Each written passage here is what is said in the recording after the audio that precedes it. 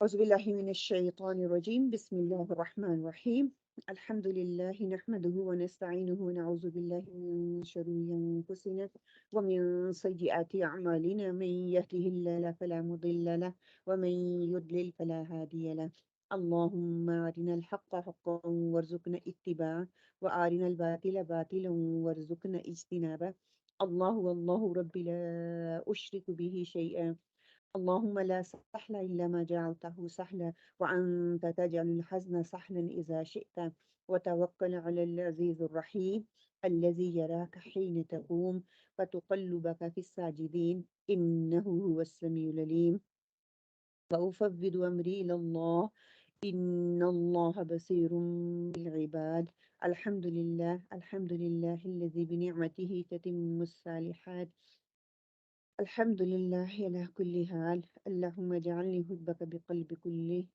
ورضيك بجهد كله اللهم اهدني وسددني اللهم اهدنا وسددنا اللهم ثبتنا عند الموت بلا إله إلا اللهم آمين اللهم اغفر لي واهدني وارزقني وعافني وأعوذ بالله من ضيق المقام يوم القيامة آمين اللهم آمين رب اشرح لي صدري ويسر لي أمري واحلل عقدة من لساني يفقهوا قولي ربي زدني علما اللهم إني أسألك علما نافعا وعملا متقبلا ورزقا طيبا اللهم انفعنا بما علمتنا وعلمنا ما ينفعنا وزدنا علما آمین اللہم آمین انشاءاللہ تعالی آج ہماری حدیث 5 ہے دین میں نئی بات کرنا انشاءاللہ تعالی اس کے حوالے سے ہم بات کریں گے آج کا لیسن پلان ہمارا کیا ہوگا کہ سب سے پہلے ہم مل کر حدیث پڑھیں گے، پھر اس کے بعد ترجمہ اور تشریح ہوگی، پھر شرح الفاظ پہ ہم تھوڑی سی بات کریں گے، تھوڑی سی تشریح ہوگی، اور اس کے بعد آج ہم اس حدیث پر کیسے عمل کر سکتے ہیں انشاءاللہ تعالی اس پہ ہم بات کریں گے۔ حدیث کو پڑھنے سے پہلے الحمدللہ علی کل حال کہ اللہ سبحانہ تعالیٰ کا شکر ہے کہ آج ہمارا جو ہے وہ 5ویں حدیث ہے کہ جب کسی نعمت کو ملنے پر کوئی انسان جو ہے اللہ کا شکر ادا نہیں کرتا تو وہ ناشکری میں آ جاتا ہے نا، تو ہم اللہ تعالیٰ کا شکر ادا کرتے ہیں۔ الحمدللہ جب شکر ادا کیا جاتا ہے تو اللہ تعالیٰ اس نعمت میں اضافہ کر دیتے ہیں نا، تو اللہ کا شکر ادا کریے۔ الحمدللہ تھوڑا تھوڑا صحیح، لیکن ہم تسلی سے آرام سے چل رہے ہیں اور حدیث کو سمجھنے اور اپنی زندگیوں میں لانے کی توفیق اللہ تعالیٰ ہمیں دے، اس کی کوشش ہم کر رہے ہیں۔ کہتے ہیں نا کہ آپ کے دل میں یہ کوشچن اٹھ سکتا ہے، آپ کہہ سکتے اتنی دیر اس حدیث ایک حدیث کو یا 2 حدیثوں کو یا 3 حدیثوں کو اتنی ٹائم لگانے کی کیا ضرورت ہے؟ دیکھیے کتنے سالوں سے یا ہم کتنی ہماری ایج ہوگی پڑھتے آ رہے ہیں نا ہم حدیثوں کو، کتنا ہمارے اوپر اثر ہو رہا ہے۔ مقصد تو یہ ہے کہ اس وقت آپ صلی اللہ علیہ وسلم کی حدیث اس کو کہا گیا کہ صحابہ کرام پہ جو انہوں نے امپلیمنٹ کروانا تھا اسی وقت جو حکم آ رہا تھا وہ تھا کہ آپ صلی اللہ علیہ وسلم اس چیز کو پروو کر کے ان کو بتاتے یہ کرنا ہے یا نہیں کرنا۔ ہم کہتے ہیں ایز اے سنت کے طور پہ ہم حدیث پڑھ لی، بس ٹھیک ہے اتنا کام ہو گیا۔ ہم کوشش کریں کہ ہمارے عمل چینج ہوں، ہماری زندگیاں جو ہیں وہ چینج ہوں، تو اس لیے تھوڑا مقصد ہمارا یہ ہے کہ ہم اس کو اپنی زندگیوں میں لے کے آئیں، اور جب ہمارے عمل میں آ جائے گی ہمیں اپنا مقصد حاصل ہو جائے گا، پھر آہستہ آہستہ جب ہم اس کو پڑھیں گے تو ہمارے عمل بھی انشاءاللہ تعالیٰ ہمیں سمجھ آتی جائے گی، تو عمل چینج ہوتے جائیں گے، اور جب یہ عمل بدلتے ہیں تو یہ اللہ تعالیٰ کی بہت بڑی رحمت ہوتی ہے کہ الحمدللہ ہمارے عمل جو ہے وہ بدلنا شروع ہو گئے۔ یہ نہیں ہوتا، یہ اللہ تعالیٰ کی رحمت ہی ہوتی ہے، کئی دفعہ تو اوور نائٹ ہی آپ کے اندر چینج آ جاتا ہے اور وہ اتنی دیر نہیں اسٹے کرتا، کئی دفعہ ہوتا ہے تھوڑا آپ لیتے ہیں۔ دیکھیے قرآن بھی تھوڑا نازل ہوا تھا تو وہ زیادہ اس نے اپنا امپیکٹ اس وقت اس سوسائٹی میں ڈالا۔ ہمارے اندر بھی ہم اپنے آپ کو چینج کرنا چاہتے ہیں، اپنے آپ کو بدلنا چاہتے ہیں، تو انشاءاللہ تعالیٰ تھوڑا کر کے ہم لیں گے تاکہ ہم اپنے اندر کو بدل سکیں انشاءاللہ۔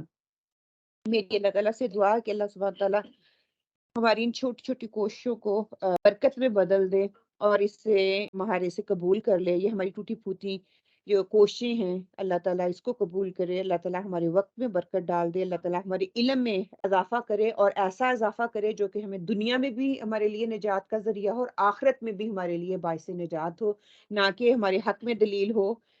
یہ علم جو ہم حاصل کر رہے ہیں ہمیں آخرت میں بھی کامیابی کا ذریعہ بننے والا ہو۔ آمین اللہم آمین انشاءاللہ تعالیٰ۔ اب ہم سب مل کے جو ہے اس حدیث کو پڑھ لیتے ہیں باذن اللہ، اور پھر ہم انشاءاللہ تعالیٰ یہ پڑھتے ہیں۔ ان ام عن أم المؤمنین المؤمنين أمي عبد أمي عبد الله الله عائشة عائشة رضي رضي الله الله عنها عنها قالت قالت قال رسول قال رسول الله الله صلى الله صلى عليه الله عليه وسلم وسلم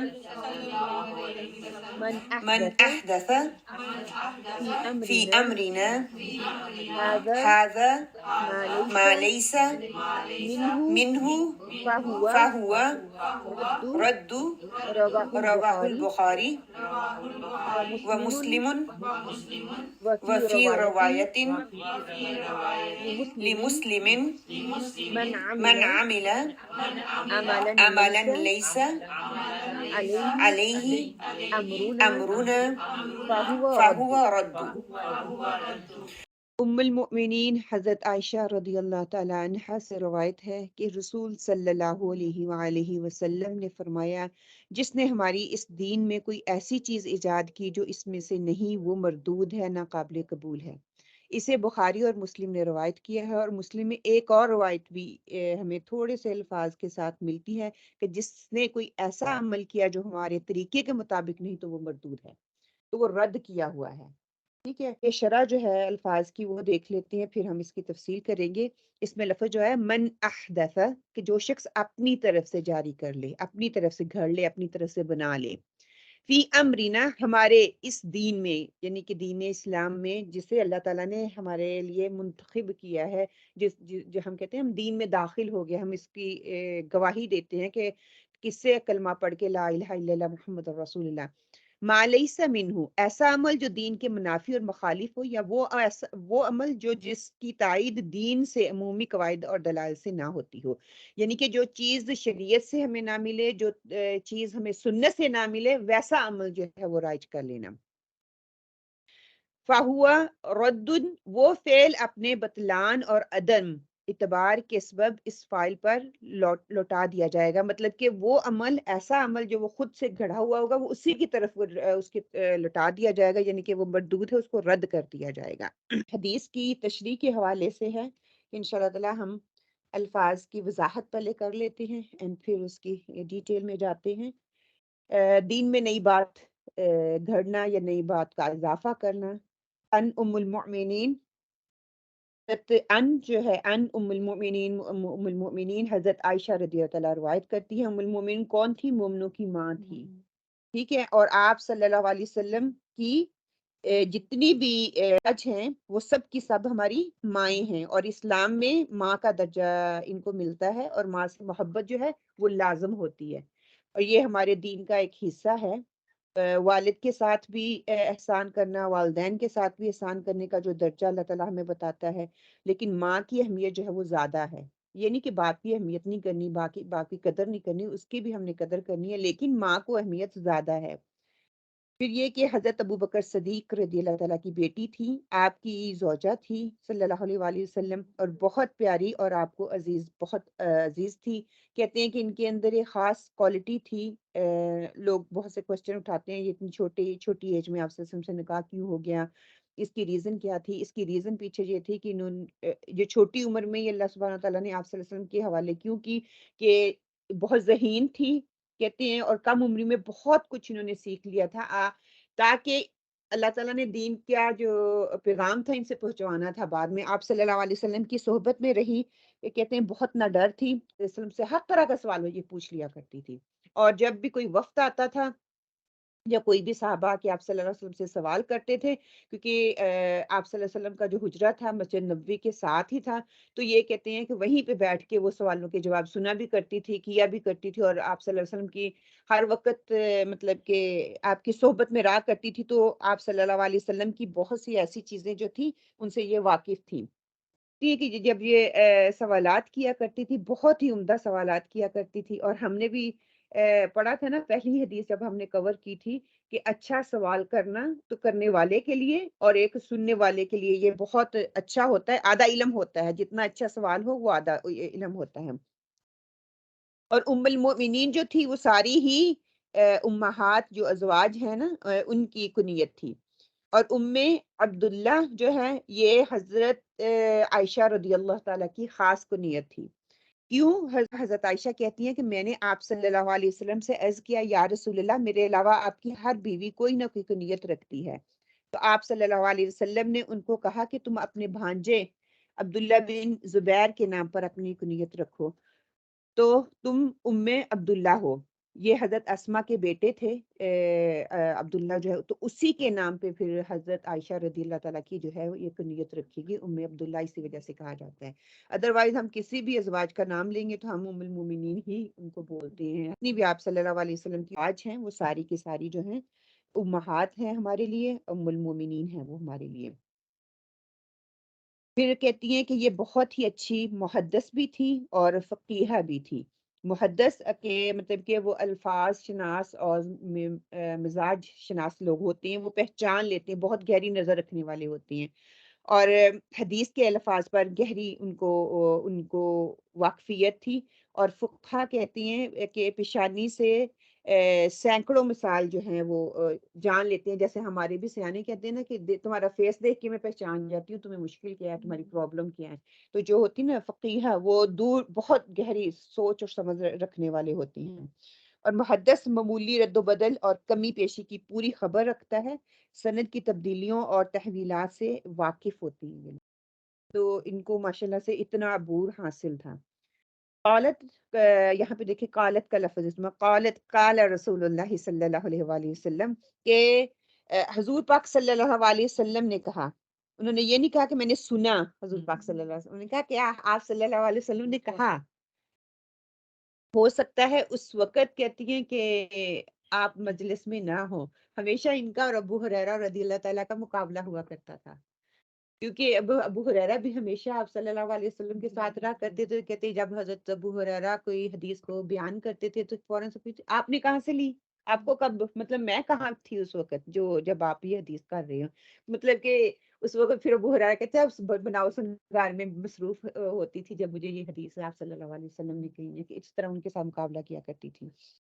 ہو سکتا ہے اس وقت آپ اس وقت مجلس میں موجود نہ ہو، بناؤ سنگار کے لیے پھر نکلی ہوئی ہوں، تو وہ اس لیے کہا ہے کہ آپ صلی اللہ علیہ وسلم نے کہا احدثا، احدثا کہتی ہیں ایجاد کیا، ایجاد کرنا مطلب کہ نئی چیز کو کہتے ہیں، کوئی ایسی چیز جو پہلے موجود نہ تھی، مطلب کہ اس کی جیسے نبی صلی اللہ علیہ وسلم کے زمانے میں آپ صلی اللہ علیہ وسلم کی موجودگی میں کوئی ایسا عمل ہوا ہی نہ ہو، اگر ہم جو آپ صلی اللہ علیہ وسلم کی زندگی میں کبھی کیا ہی نہ ہو، نہ کسی نے نہ خود کیا ہے نہ صحابہ کرام نے کیا ہو، آپ صلی اللہ علیہ وسلم نے کی جو حدیث آپ صلی اللہ علیہ وسلم نے بول کے بتایا، آپ صلی اللہ علیہ وسلم نے اپنی موجودگی میں کہہ کے کام کروایا، آپ صلی اللہ علیہ وسلم نے جو کہا وہ حدیث کہلائی۔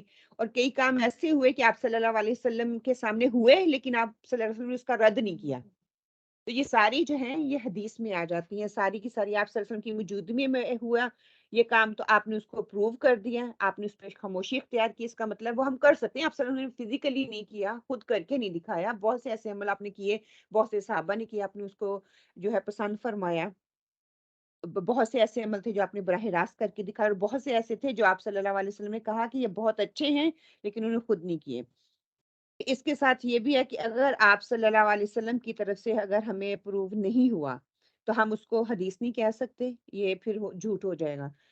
اس کی بہترین مثال جو ہے ہمیں ملتی ہے کہ جب ہم نماز پڑھتے ہیں، نماز میں ہم کہتے ہیں نا سمی اللہ لمن حمدہ ربنا لک الحمد حمدا کثیرا طیبا مبارکا، یہ الفاظ بولتے ہیں، یہ آپ صلی اللہ علیہ وسلم نے تو نہیں کہے، لیکن جب آپ صلی اللہ علیہ وسلم نماز پڑھا رہے تھے، ون آف دا صحابہ اپنے دل کی کیفیت انہوں نے کہی کہ جب کہا سمی اللہ لمن حمیدہ، تو انہوں نے کہا حمدن کثیرا طیبا مبارکا، آپ صلی اللہ علیہ وسلم نے اسلام پھیرا، فوراً کہا کہ کس نے کہا، تو وہ صحابی نے کہا کہ یہ میں نے کہا، تو آپ صلی اللہ علیہ وسلم نے یہ نہیں کہا تم نے غلط کہا، آپ صلی اللہ علیہ وسلم نے کہا کہ 30 سے زیادہ فرشتوں کو میں نے دیکھا اس کی طرف لپکتے ہوئے، مطلب کہ وہ آپ کی حدیث ہوگی لیکن آپ نے خود نہیں کیا، لیکن صحابہ نے جو عمل کیا آپ نے اس کی تردید نہیں کی، اس کو پسند فرمایا کہ یہ اتنے اچھے کلمات، اللہ نے کتنا اس کو پسند فرمایا ان الفاظ کو، کیونکہ وہ آپ کی موجودگی میں ہوئے تھے اور آپ نے اس کو اپروو بھی کیا تھا، تو وہ یہ بدعت میں نہیں آئیں گے بلکہ آپ صلی اللہ علیہ وسلم کی حدیث ہی کہلائیں گے، وہ حدیث جو کہ آپ صلی اللہ علیہ وسلم نے سنی،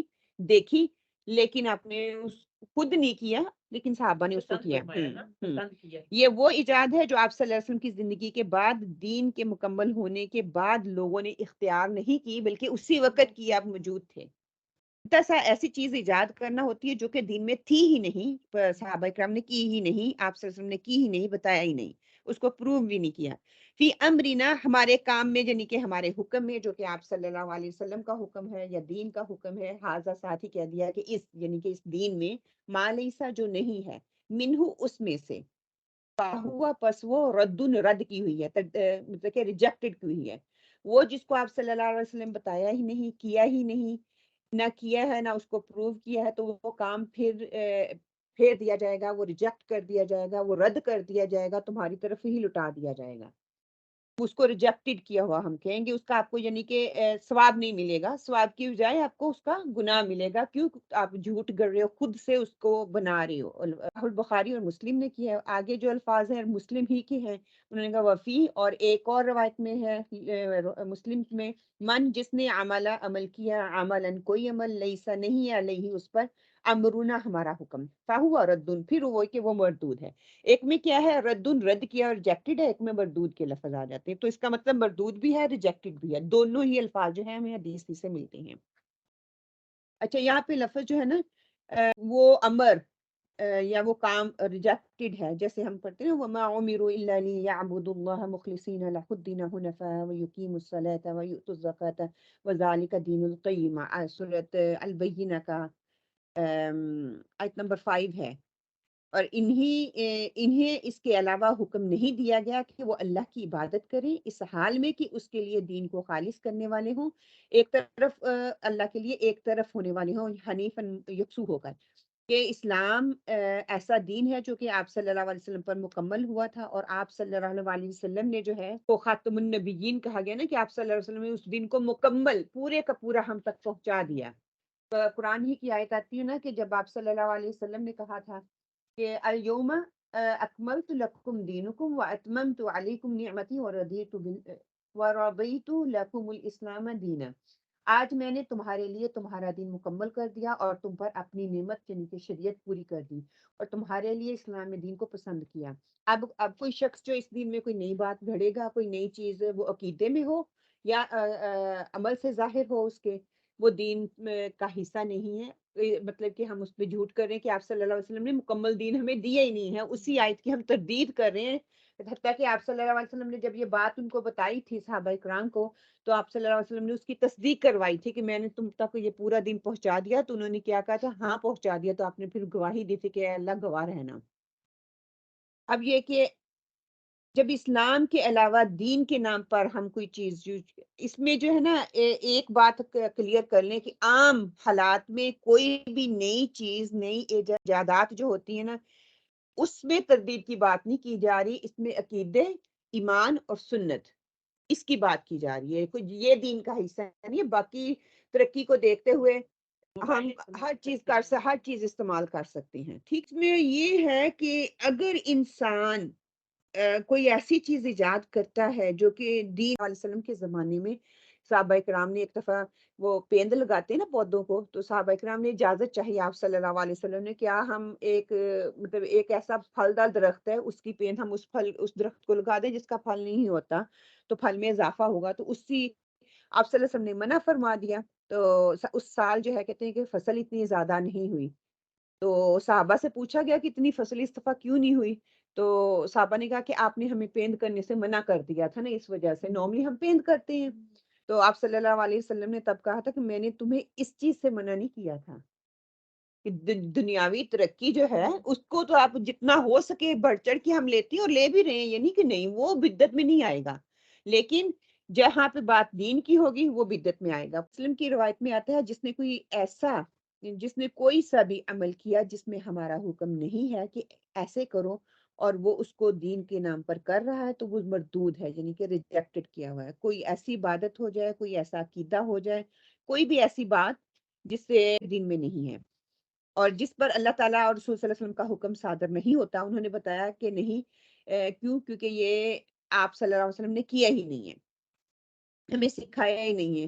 اگر آپ صلی اللہ علیہ وسلم نے خود نہیں کیا، ہمیں سکھایا نہیں ہے، تو وہ ریجیکٹڈ ہے، اس کا سوال، اس کا ثواب کی بجائے ہمیں اس کا گناہ ملے گا۔ پھر یہ کہ کوئی بھی کوئی بھی ایسا کام جس کو دین سمجھ کر کیا جاتا ہے تو وہ بوجھ بن جاتا ہے، جس کو ہم جب بدعت آتی ہے نا، بدعت ایسے رائج ہوتی ہے ایک ٹریڈیشن کے طور پہ۔ ہماری جتنی بھی بدعات ہیں، ہم بعد میں اس پہ بات کرتے ہیں، کہ وہ ہمارا ایک نوم بن گئی ہیں، ایک ٹریڈیشن کا حصہ کہہ لیں، ہم اسلام کا حصہ اس کو بنا دیا ہے۔ جب بھی کوئی ایک بدعت رائج ہوتی ہے تو سنت سے ہم دور ہو جاتے ہیں، تو کہتی ہیں کہ وہ بوجھ بن جاتا ہے، بعض اوقات اصل کام پھیر دینے والا ہوتا ہے، اصل سے ہم پھر جاتے ہیں، وہ ہمیں نظر ہی نہیں آتا، اس پہ دھول پڑ جاتی ہے، بہت پیچھے چلا جاتا ہے، اور دوسری چیزیں اتنی آگے آ جاتی ہیں۔ سورہ بقرہ کی آیت نمبر 117 جو ہے، اس کو بھی آپ پڑھیں تو اس میں بھی کافی تفصیل اور واضح طریقے سے انہوں نے بتایا ہوا ہے۔ بدعت جو ہے بدع سے نکلتا ہے، جس کے لفظی معنی نئی بات یا نئی چیز ایجاد کرنا، اور ایجاد کرنا کیا ہے؟ اللہ تعالیٰ قرآن پاک میں ارشاد فرماتے ہیں بدیع السماوات والارض، اللہ تعالیٰ نئے سرے سے ایجاد کرنے والا اور آسمان اور زمین کا مالک ہے۔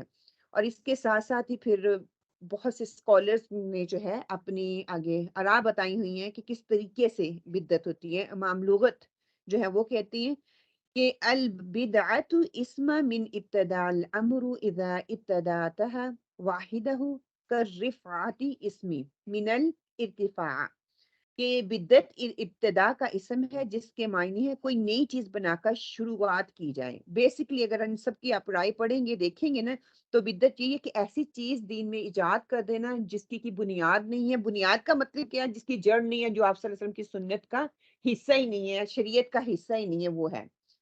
پھر دینی نقطہ نگاہ سے بدعت ہم اس کو کہیں گے۔ اور اگر ہم دیکھیں کہ دنیاوی لحاظ سے بہت سی ایسی چیزیں ہیں، جیسے ریل گاڑی ہے، جہاز ہے، ہم کپڑے طرح طرح کے پہن لیتے ہیں، ڈفرینٹ سٹائل کے پہن لیتے ہیں، ہم ڈفرینٹ الیکٹرک چیزوں کا استعمال کرتے ہیں، واشنگ مشین ہو گئی، کوکر ہو گیا، مطلب ایسی چیزیں ایجادات ہیں، اس سے ہمیں منع نہیں کیا گیا، وہ ان کا استعمال کرنا گناہ نہیں ہے۔ اس میں بہت سی فقہی مسئلے کی طرف نکلے تو بہت سی اس میں جو ہے وہ ڈیبیٹ نکلتی ہے، لیکن باٹم لائن یہی ہے کہ ان کا استعمال ہم کر سکتے ہیں دنیاوی ترقی کے لیے۔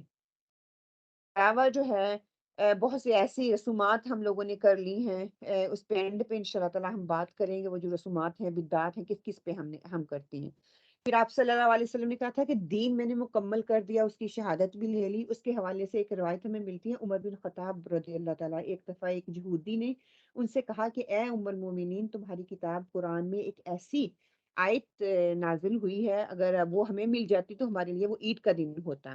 تو اس وقت پھر حضرت عمر رضی اللہ تعالیٰ نے کہا کہ فرمایا کہ اس دن اور اس مقام کو ہم خوب جانتے ہیں۔ یہ جب یہ آیت آپ صلی اللہ علیہ وسلم نے پر نازل ہوئی تو آپ صلی اللہ علیہ وسلم عرفات کے میدان میں تھے، جمعے کے دن تھا، وہ جمعے کا خطبہ فرما رہے تھے، تو اس وقت یہ آیت نازل ہوئی تھی کہ مطلب کتنی اس آیت کی اہمیت ہے۔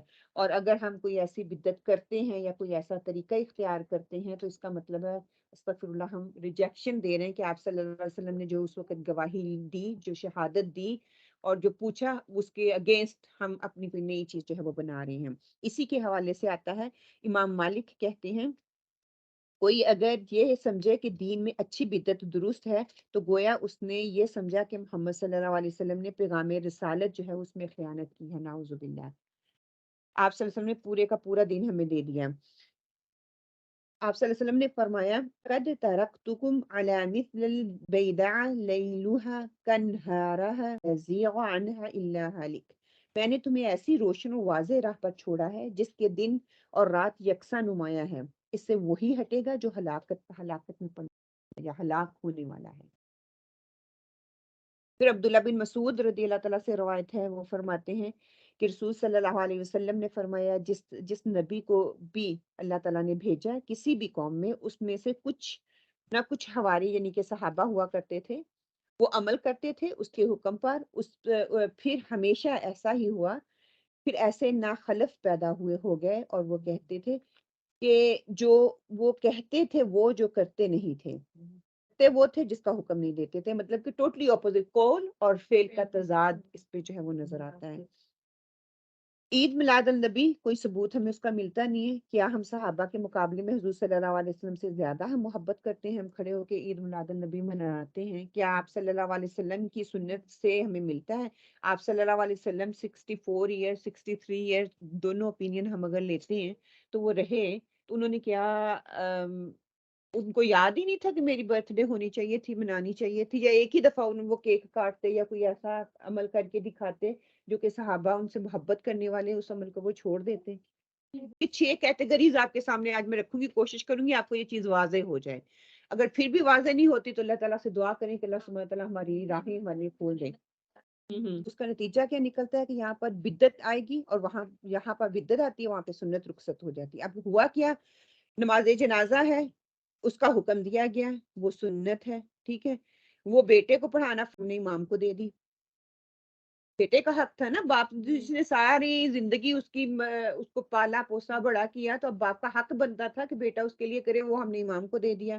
اچھا، وہ ہمیں پڑھنی نہیں آتی، نماز جنازہ ہمیں نہیں آتی، نماز جنازہ کی دعا ہمیں نہیں آتی.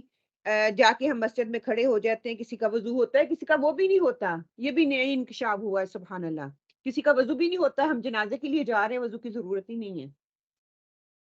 کیوں نہیں ضرورت ہے؟ جب جاتی ہو نماز کے بعد ہوتا ہے نا، تو ضرورت ہے. لوگ جنہوں نے نمازیں پڑھنی نہیں ہے، ایک ٹریڈیشن بنا لیا کہ مطلب جتنے نمازی جنازے پہ آتے ہیں جنازہ پڑھنے کے لیے، نہ ان کو نماز کا پتہ ہے، نہ طریقے کا پتہ ہے، نہ وضو ہے. آگے رسمن ٹھیک ہے نماز کے لیے وہاں پہ کھڑے ہو جاتے ہیں، نماز ہو رہی ہوتی ہے، نماز نہیں پڑھ رہے ہوتے، پیچھے کھڑے ہیں. اور پھر کیا ہے سبحان اللہ، وہ طریقہ جو آپ صلی اللہ علیہ وسلم نے بتایا کہ کسی بھی نماز کے بعد کیوں کرواتے، اسی وجہ سے کرواتے جس نے کبھی نماز نہیں پڑھی چلے وہ بھی اس بہانے نماز تو پڑھ لے نا. نماز پڑھنی پڑھانی وہ نہیں آتی، جو سنت کا طریقہ وہ ہمیں آتا نہیں ہے کہ کس طرح سے کرنی ہے کس طرح سے نہیں کرنی. لیکن بعد میں جو ہے کہہ دیں تو 5 وقت کی نماز میں پڑھتا نہیں ہوں لیکن قرآن خوانی کرنی ہے تو اس کو ثواب سمجھ کے میں پہنچ جاؤں گی وہاں پہ.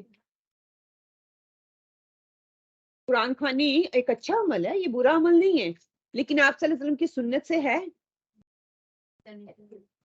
آپ صلی اللہ علیہ وسلم حضرت خدیجہ رضی اللہ تعالیٰ اتنا ان سے محبت پیار، اس سے زیادہ عزیز کوئی وائف نہیں تھی ان کی انداز کی. لیکن آپ صلی اللہ علیہ وسلم نے دل نہیں کیا، ان کا نہیں دل کرتا تھا ان کے لیے میں قرآن خوانی کرواؤں؟ کرواتے تو کتنے صحابہ تھے وہ کرتے ان کے لیے، اور ہمیشہ ہر سال برسی بھی کرتے. ان کی نہیں ہوئی، ان کے دادا کی نہیں ہوئی، ان کے باپ کی نہیں ہوئی، ان کی ماں کی نہیں ہوئی. آپ تھے نا، ماں فوت ہو گئی، چلو چھوٹے تھے، بعد میں پتہ نہیں چلا میری ماں اس دن پہ فوت ہوئی تھی، بڑے ہوئے اتنے سارے کبھی برسی نہیں کی. پھر آپ صلی اللہ علیہ وسلم فوت ہوئے، صحابہ اتنا محبت کرنے والے ہیں، ان کو اپنی محبت کا اظہار کے طریقے نہیں آئے، وہ نہ برتھ ڈے بناتے. وہ ڈیٹ جس پہ یہ کہہ رہے ہیں کہ ہم میلاد منا رہے ہیں، وہ میلاد کیا کہ وہ اتنا ہی ہمیں پورا نہیں پتا. ہاں اتنا پتا ہے ربیع الاول میں آپ کی پیدائش ہوئی، ربیع اول میں ہی وفات ہوئی، منڈے کا دن تھا، اسی دن ہی وفات ہوئی. یہ وفات منا رہے ہیں یا یہ وہ کر رہے ہیں؟ پیدائش کا دن مختص نہیں ہے لیکن وفات کا ہے 12. تو یہ اب دیکھ لی کس کو دھوکہ دے رہے ہیں. یہ کہہ رہے 12 آپ کو پیدا ہوئے، پتا کہ حدیث میں ملتی ہے 12 کو یہ آپ صلی اللہ علیہ وسلم کی وفات کا دن ہے. اور پاسبلٹی بھی ہے جب پیدا ہوئے تو اس وقت ریکارڈ نہیں تھا، جب وفات ہوئی تو آپ صلی اللہ علیہ وسلم نبی تھے، صحابہ کرام نے اس کو نوٹ کیا. یہ دل کو بھی بات لگتی ہے. پھر 64 سال بعد جا کے اس کو ریکارڈ کرنا چیز کو، وہ ڈیفینیٹلی لگتی ہے دل کو. تو کس چیز کے یہ پروف دے رہے ہیں اور کر رہے ہیں. اس کے بعد صحابہ نے دیکھے حضرت عمر سے زیادہ کسی کو تکلیف نہیں ہوئی تھی، وہ اس چیز کو ماننے کے لیے اس کو ریجیکٹ ہی کیے جا رہے تھے. حضرت بکر صدیق آئے ہیں تو انہوں نے انسانوں کی طرح یہ بھی فوت ہوں گے، انہوں نے پھر اس بات کو، لیکن ان کا نہیں دل کیا، ان کو محبت نہیں تھی کہ پھر وہ بھی کل کرتے، وہ بھی سواں کرتے، وہ بھی تیسرا کرتے، وہ بھی قرآن خوانی کرتے، وہ بھی گٹکیں پڑھتے، ہم بے ذکر و اذکار کریں، لیکن انہوں نے نہیں کیا. تو یہ ساری رسمیں جو ہیں، جو جنازہ جس طریقے سے ہونا چاہیے وہ ہم نہیں کرتے تو یہ گناہ میں آ جائیں گی. جو ایکسٹرا چیزیں ہم کر رہے ہیں یہ بدعت ہے. ایک ایسا سٹرکچر ہمیں ایک سانچہ دے دیا گیا، اس سانچے سے نکل کے جو بھی کریں گے وہ بدعت میں آ جائے گی. اور کہتے ہیں کہ بدعت جو ہوتی ہے نا خوبصورت ہوتی ہے، مشکل نہیں ہوتی، آسان ہوتی ہے اس کو کرنا. دیکھیں مشقت ہوتی ہے کرنے والے پہ، دوسروں پہ نہیں ہوتی. اب کل کرنے ہیں، وقت گھر والوں کو پڑا ہوا ہے، حتیٰ کہ گھر والوں پہ ایک مشکل وقت ہے، اس وقت ان کو وہ بوجھ چیز فیل ہو رہی ہے. یہی اگر کسی اور پہ ہو رہا ہو تو اس میں مدد کروا سکتے ہیں، لیکن جب اپنے آپ پہ گزرتے ہیں، نہ آپ بات کرنا چاہتے ہو، نہ آپ کسی سے مطلب اب تکلیف میں جا رہے ہیں نا، آپ کو سارا کچھ ہی دیکھنا پڑنا ہے، سارا کچھ ہی کر رہے ہیں، کرنا پڑتا ہے مجبوراً، اس میں خوشی ہے یا غمی ہے وہ نہیں ہم دیکھتے، لیکن ہم کرتے ہیں۔ اللہ اکبر۔ لیکن یہ ساری رسمیں جو ہیں ہم نے ایکسٹرا بنا رہی ہیں، اسی طرح شادی بیاہوں کی رسمیں ہیں، دعوت ولیمہ سنت ہے کریں، باقی ساری رسمیں جتنی بھی ہیں وہ بدعات ہیں، وہ گناہ ہے، ایجاد کردہ۔ اب میری بیٹی کی شادی ہوگی، وہ جتنی غلط کام کرے گی اس کو دیکھا دیکھی جتنے میرے سننے والی آئیں گی وہ ساری کریں گی، ان کو وہ لگے گا یہ رول ماڈل ہے، اور ہم نے ویسے ہی کرنا ہے جیسے انہوں نے کیا ہے، تو وہ مجھے ثواب کی جائے مجھے تو گناہ ہی ملے گا نا۔ کوئی بھی اچھا کام ایجاد کریں گے اس کا ثواب ملے گا، کوئی بھی برا کریں گے تو اس کا ہمیں گناہ ملے گا۔ تو اللہ سبحانہ تعالیٰ ہمارے لیے آسانی پیدا کرے، وہ برسیاں منانا، قبروں کو قبروں پہ جانا، کل کروانا، وہ چراغاں کرنا، اور طرح طرح کی جو ہے چیزیں پڑھنا پڑھانا، وہ ساری چیزیں جو ہیں وہ بدعات میں آ جاتی ہیں۔ پھر اسی طرح اللہ تعالیٰ نے قرآن پاک میں ایک جو اور جگہ پہ فرمایا کہ اے نبی صلی اللہ علیہ وسلم پہنچا دیجئے جو بھی آپ کی طرف آپ کے رب کی طرف سے نازل کیا گیا ہے، پھر اگر آپ نے ایسا نہ کیا تو آپ نے اپنی رسالت کا حق ادا نہیں کیا، یعنی کہ آپ نے اس میں خیانت کی، اور آپ صلی اللہ علیہ وسلم نے پورے کا پورا حق جو ہے وہ دے دیا تھا، پوری کی پوری چیز جو ہے وہ ہم تک پہنچا دی تھی۔ اسی طرح پھر بدت ہی کے حوالے سے آتا ہے ترغیب کی جو روایت ہے کہ شیطان نے کہا کہ میں نے لوگوں سے گناہ کرا کے انہیں ہلاک کیا اور وہ دوزخ کے حقدار ان کو بنا دیا، تو انہوں نے مجھ سے اس طرح شکست دی کہ گناہ کر کے توبہ کر لی اور میری محنت ضائع ہوگی۔ پھر جب میں نے یہ طریقہ دیکھا تو میں نے ان کو اس میں رائج کر دیا جو کہ نفس کے موافق تھا، دل بھی کرتا ہے میں یہ کام کروں، مطلب کہ اس کو وہ چیز دکھائی جو خوبصورت ہے، اس کا دل لبھا رہا ہے، اس کا دل کر رہا ہے، اس نے وہ چیز کی۔ پھر جب یہ طریقہ دیکھا تو اس میں ان کو میں نے رائج کر دیا جو کہ ان کے نفس کے موافق تھا، یعنی کہ حقیقت میں گناہ ہے، لیکن چونکہ وہ گناہ نہیں سمجھتے اس لیے اپنے آپ کو ہدایت پر سمجھتے تو بس استغفار بھی نہیں کرتے۔ ابھی جو بات اپنی کی نا، اب ان کو ہے وہ صحیح ہے، توبہ کی توفیق بھی نہیں ملے، کیونکہ میں اس چیز پر ڈٹ گئی ہوں، میرے اندر ایک ہو جاتا ہے کسی کو ہم اصلاح کرتے ہیں نا اس بات پہ تو اس کے اندر ایک انا بھی آ جاتی ہے، اور انا کی بنیاد پر ہم نا ڈٹ کے وہ چیز کرتے ہیں کہ تو نے یہ کہا تھا نا ہم کر کے دکھائیں گے، تو نقصان کس کا ہو رہا ہے؟ پھر اپنے ہی ہو رہا ہے، اور پھر مجھے توفیق بھی نہیں ملے گی کیونکہ میں نیکی سمجھ کے وہ کام کر رہا ہوں، لیکن اس کی بنیاد کی شرطیں انشاءاللہ تعالی ہم پڑھیں گے کہ کب یہ نیکی ہوگی، میرے کہنے پہ نیکی نہیں ہوگی، میری نیت پہ نیکی نہیں ہوگی، اور آپ کی بات بھی وہ اس دن والی کلیئر ہو جائے گی جب میں حدیث رکھوں گی نا آپ کے سامنے۔ سبحان اللہ، کس طرح گرہیں کھلتی ہیں کہ اللہ سبحانہ تعالیٰ ہمارے لیے راہیں جب آپ کھولنا چاہتے ہیں نا وہ راہیں کیسے کھلتی ہیں، اللہ سبحانہ تعالیٰ اس میں ہمارے لیے آسانی فرمائے۔ میں کوشش کروں گی کہ آپ کے سامنے زیادہ سے زیادہ روایات رکھ سکوں رادر دن ہماری اپنی ڈسکشن، اور اینڈ پہ انشاءاللہ تعالی ہم بات کریں گے۔ آپ صلی اللہ علیہ وسلم نے فرمایا میرے سے قبل کوئی نبی ایسا نہیں گزرا جس کے ذمے اپنے علم کے مطابق اپنی امت کی بھلائی کی طرف رہنمائی لازم نہ ہو، یعنی کہ ہر نبی کی ذمہ داری رہی ہے کہ وہ اپنے علم کے مطابق اپنی امت کو گائیڈ کرے، ان کی رہنمائی کرے، اور برائی سے اپنے علم کے مطابق ان کو ڈرانا جو ہے وہ لازم نہ ہو۔ عبداللہ بن مسعود رضی اللہ تعالیٰ سے روایت ہے کہ رسول صلی اللہ علیہ وسلم نے فرمایا جو چیز تمہیں جنت سے قریب کر سکتی ہے میں نے تمہیں اس کا حکم دے دیا ہے، اور جو چیز تمہیں جہنم سے قریب کرتی ہے اس سے منع کر دیا ہے۔ اب کون سی ایسی چیز ہے جو ہم کر کے جنت میں جانا چاہتے ہیں کہ بعض اوقات لوگ ہوتے ہیں نا نماز، زکوٰۃ، حج یا کوئی ایسی رسمیں ہم خود ہی سے بنا لیتے ہیں، انشاءاللہ تعالیٰ ان پہ بھی ہم آگے میں بات کروں گی، ابھی پھر میں اس چیز کو نہیں چھیڑوں گی، ٹھیک ہے، کہ ان کی پابندی نہیں کرتے لیکن اپنی ایجاد کردہ رسموں میں بڑے پکے ہو کے ہم ان کو کرتے ہیں، وہ چھوٹ گئی تو ہم کہتے ہیں یہ گناہ ہو گیا۔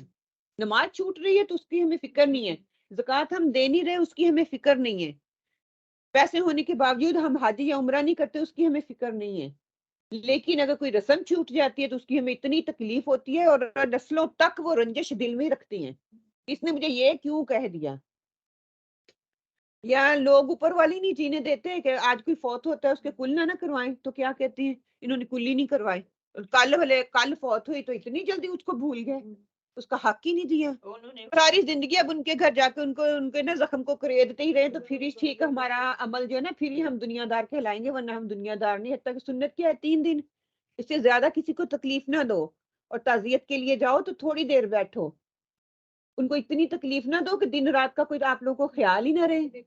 تو کتنا پھر جب ہم آ جاتے ہیں تو پھر بعد میں کیا ہوتا ہے، کہتے ہیں یہ تو 5 منٹ کے لیے کہنے دینا.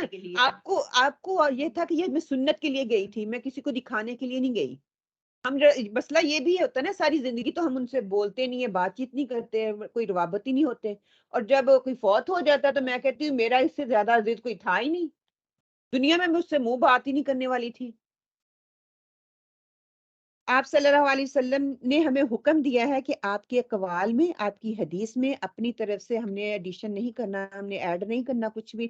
آپ کی حدیث ایز اٹ از جس طرح آپ نے پہنچا دی ویسی ہم نے لینی ہے، اس میں کوئی ایکسٹرا زیر زبر پیش کوئی کمی نہیں ہوگی. مسند احمد کی روایت میں آتا ہے 20126 میں کہ نبی کریم صلی اللہ علیہ وسلم نے فرمایا جب میں تم سے حدیث بیان کروں تو اس میں مزید اضافہ نہ کیا کرو، کیونکہ وہ اضافہ آپ صلی اللہ علیہ وسلم کے نام پر جھوٹ باندھ دیتا ہے. جو شخص نبی کریم صلی اللہ علیہ وسلم پر جھوٹ باندھے گا اس کا ٹھکانہ جہنم ہے. جھوٹ کیا باندھ دینا؟ فار ایگزامپل ہم یہاں پہ ہی مثال لے لیں. میں اپنے بچے کو آپ کے گھر بھیجتی ہوں کہ آنٹی آج کھانا نہیں بنائی، امی کہہ رہی ہے میں بریانی بنا کے بھیجتی ہوں. ٹھیک ہے، بچے کو تو میں نے کہا میں بریانی بنا کے بھیجوں. بچہ آپ کے پاس آتا ہے آنٹی سالن بھی نہ بنانا اور سلاد بھی نہ بنانا، ممی کہہ رہی ہے میں بھیج دوں گی بریانی اور سالن. اور آپ نے تو اب سالن ضرورت تھی نہیں بنایا. تو جب شام کو بریانی آئے گی تو آپ کو کیا فیل ہوگا؟ غصہ چڑھے گا نا، تکلیف ہوگی نا، تو کہا تو یہ تھا میں نے تو بنایا ہی نہیں، میری تو ضرورت تھی. یہ حساب ہم کر رہے ہیں کہ ہمیں کہا تو گیا صرف بریانی کھانی ہے، ہم کہتے ہیں نہیں سلاد اور وہ بھی دے دو. یہ بات ہوتی ہے، اپنے پاس سے ایڈیشن کر کے ہم دے دیتے ہیں.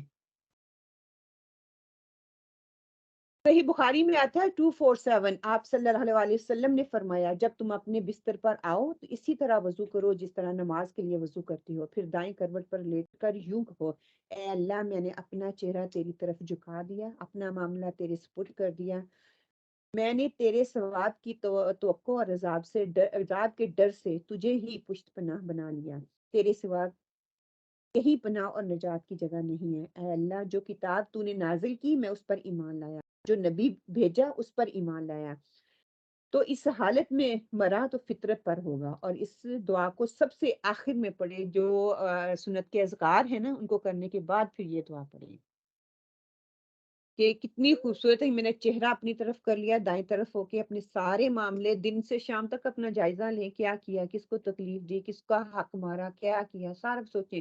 سارے معاملے میں نے تیرے سپرد کر دیے.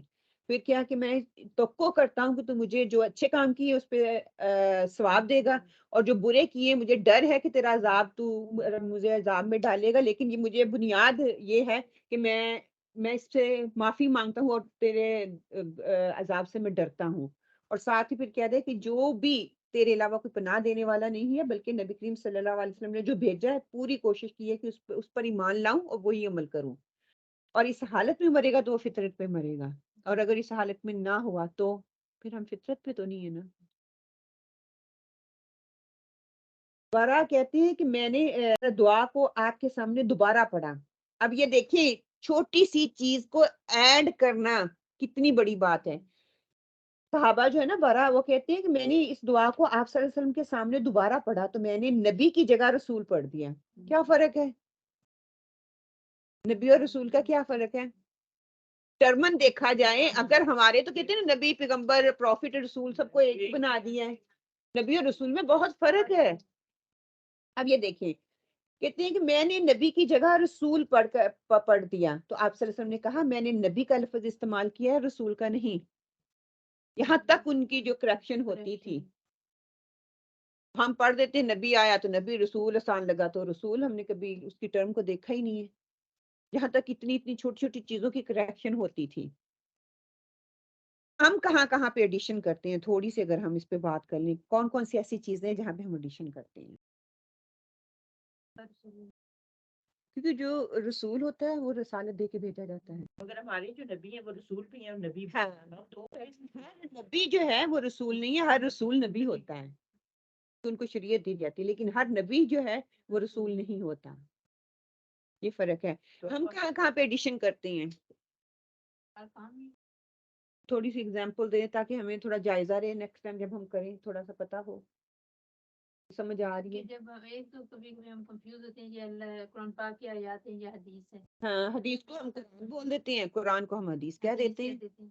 میرے خیال میں یہ حدیث ایسے کہتے ہیں ہوں لیکن ہوں حقیقت میں وہ تو قرآن پاک کی آیت. ہاں، وہ جب ہم کہتے تھے نا غالباً یہ حدیث ہے، یا مجھے صحیح یاد نہیں، چلو آپ اس کے ساتھ اپنی ذہانت کی بھی تردید کر رہے ہیں، تو مجھے صحیح پتہ نہیں ہے، لیکن یہ الفاظ ہیں۔ اب مطلب کہ آپ اس چیز پہ شور ہیں، وہ تو ٹھیک ہے، لیکن ایک چیز پہ سائز کر رہے ہیں کہ ہاں یہ آپ صلی اللہ علیہ وسلم کی حدیث ہے اور صحیح حدیث ہے، یا کوئی ایسی حدیث ہے کہ اس کو ہم لے نہیں سکتے، لیکن اس پہ تو اصرار کر رہے ہیں کہ ہاں یہ صحیح ہے۔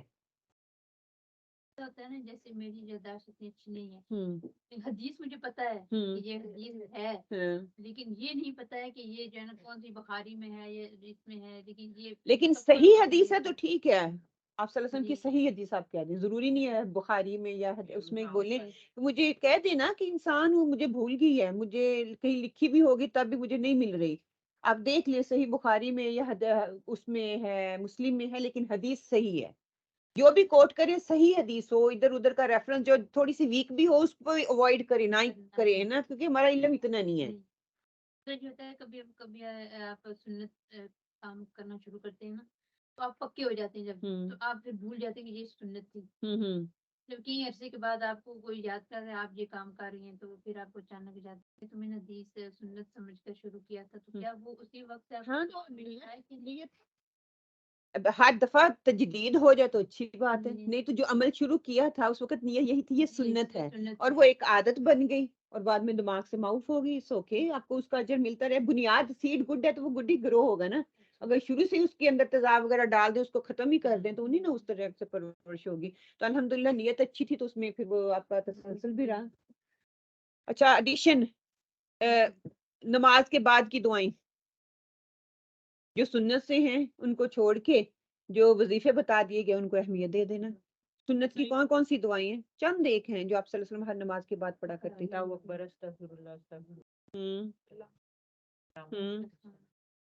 آیت الکرسی، چاروں کل، ہوں اور باقی جو 33 دعائیں بار لا سبحان لا اللہ۔ الہ الا اللہ وحدہ لا شریک لہ لہ الملک ولہ الحمد وہو علی کل شیء قدیر اللہم لا مانع لما یہ والی، ہاں یہ والی، ٹھیک ہے، شہادت کا کلمہ گواہی دینا، یہ تھا، تو ایک دو اور دعائیں ہیں یہ سنت سے ہیں، ان کو ہمیں سب کو کسی کو پتہ ہی نہیں ہے۔ 33 بار وہ جو فاطمہ جو ہے وہ کرتے ہیں، ٹھیک ہے، اس کے بعد ہم اور جو کچھ بھی ایڈیشنل کرتے ہیں اس کا ثواب تو ثواب کی نیت سے ہی کر رہے ہیں، لیکن سنت نہیں ہے۔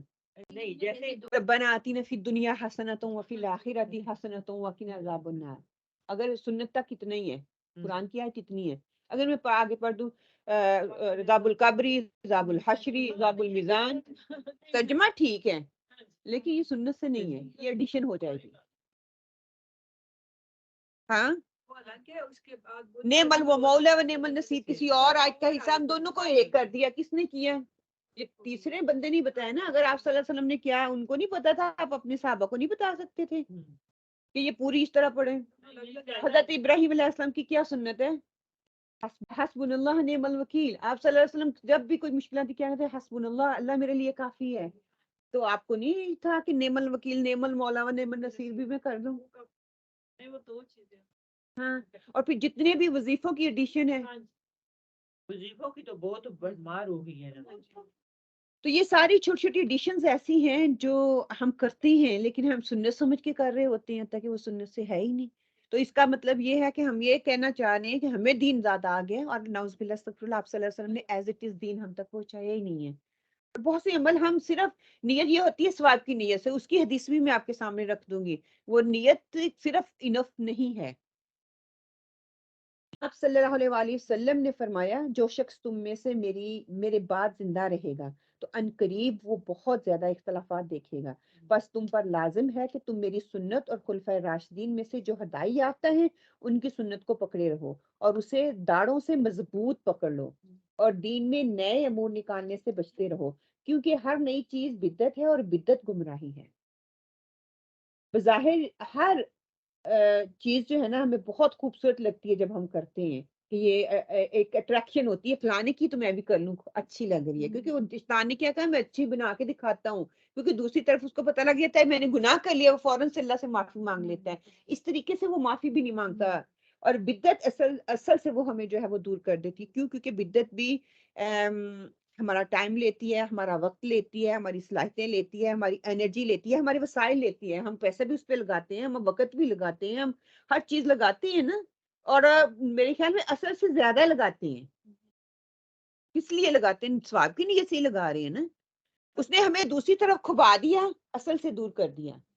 اصل آسان ہے، دین کیا کہہ گیا ہے؟ دین آسان ہے.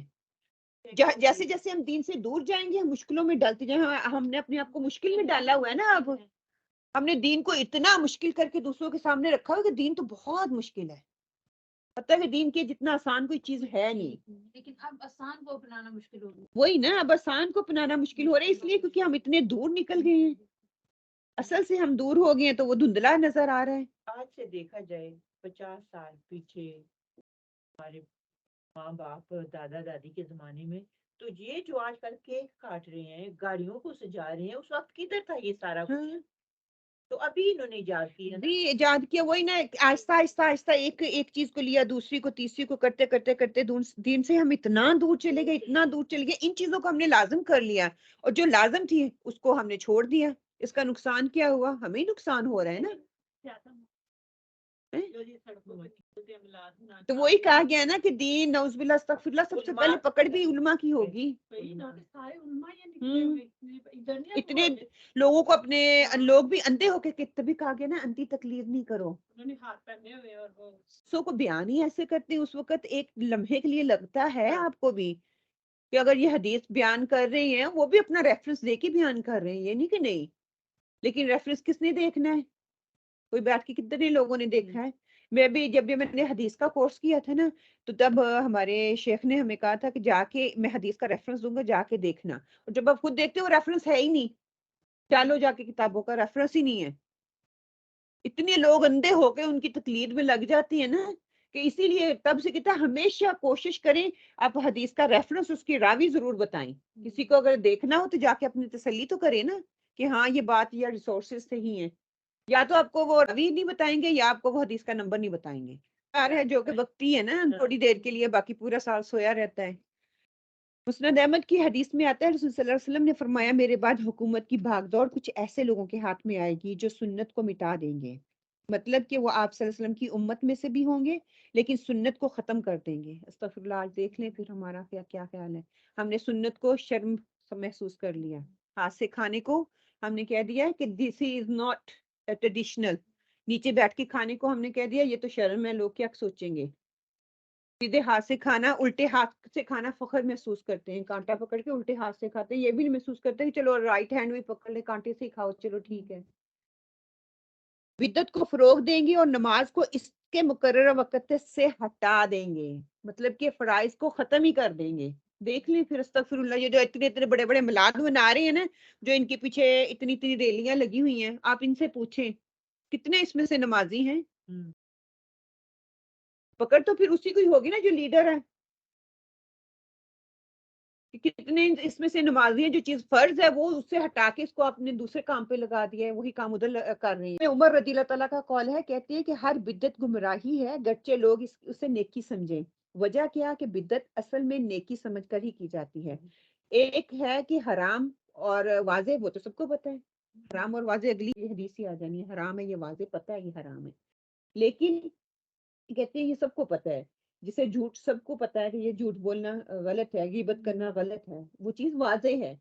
لیکن بدعت کی مشکل یہ ہے کہ اس کو لوگ گناہ نہیں سمجھتے. یہ وہ سمجھتے ہیں یہ نیکی ہے اور اس کا کرنا جو ہے حکم ہو گیا ہے، اور یہ ایک نئی، اتنا نہیں محسوس کرتے یہ نئی ایجاد شدہ چیز ہے جو کہ دین میں خود سے ایڈیشن کی ہوئی ہے. جمعے کے دن انہوں نے روزہ رکھنا ہے. پتہ ہے کہ جمعے کے دن کے کیلے کا منع ہے روزہ. منع ہے نا، وہ اتنی اسٹرکٹ ہے نا کہ صرف جمعے کا روزہ رکھنا. اللہ تعالیٰ ہدایت کرے. بس کیا کہہ سکتی ہیں. وہ چیز جو انہوں نے خود ایجاد کر لی ہے وہ اتنی اٹریکٹیو ہے ان کو کرتی ہے، اتنی ان کو اپیلنگ لگتی ہے، ان کو لگتا ہے کہ وہ اچھا کام کر رہے ہیں، اور حتیٰ کہ نعوذ باللہ استغفر اللہ وہی ان کو دین سے دور لے جانے کا سبب بن رہی ہے چیز. آپ صلی اللہ علیہ وسلم نعوذ باللہ کہ وہ بھول گئے تھے، انہوں نے ہمیں بتانا کہ یہ کام کرنی ہے اور اس کے یہ طریقے ہیں، اور ہم خود ہی سے ایجاد کر کے بیٹھ گئے ہیں. سورہ حجرات میں آتا ہے نا کہ آپ صلی اللہ علیہ وسلم نے پچھلے ویک اس کو کور کیا تھا. سورہ حجرات کی آیات ہے کہ اے لوگوں جو ایمان لائے ہو اللہ اور اللہ کے رسول کے آگے پیش قدمی نہ کرو. تو یہ ہم آگے نکلنے کی کوشش کر رہی ہیں نا، ہم نے ان کی پیش قدمی کرنی ہے، ان کے آگے نہیں نکلنا، ان کے پیچھے پیچھے جو انہوں نے کیا وہی کرنا ہے.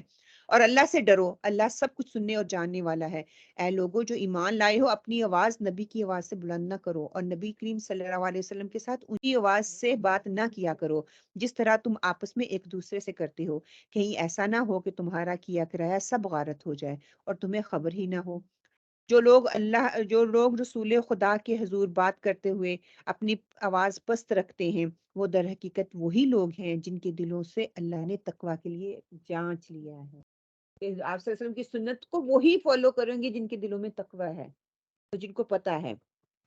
اور پھر یہ کہ یہ بات ذہن نشین کر لیں کہ جس چیز سے ہمیں روکا جا رہا ہے نا، جیسے میں نے شروع میں بتایا، عقیدہ، توحید اور سنت، ان کے بغیر کوئی بھی عمل جو ہے، ہمارا عمل جو ہے وہ قبول نہیں ہوگا. دنیاوی امور میں ہمیں ممانعت نہیں کی جا رہی، ہم اس ترقی کو لے لیں گے. یہ تین چیزیں ہمارے سامنے ہونی چاہیے.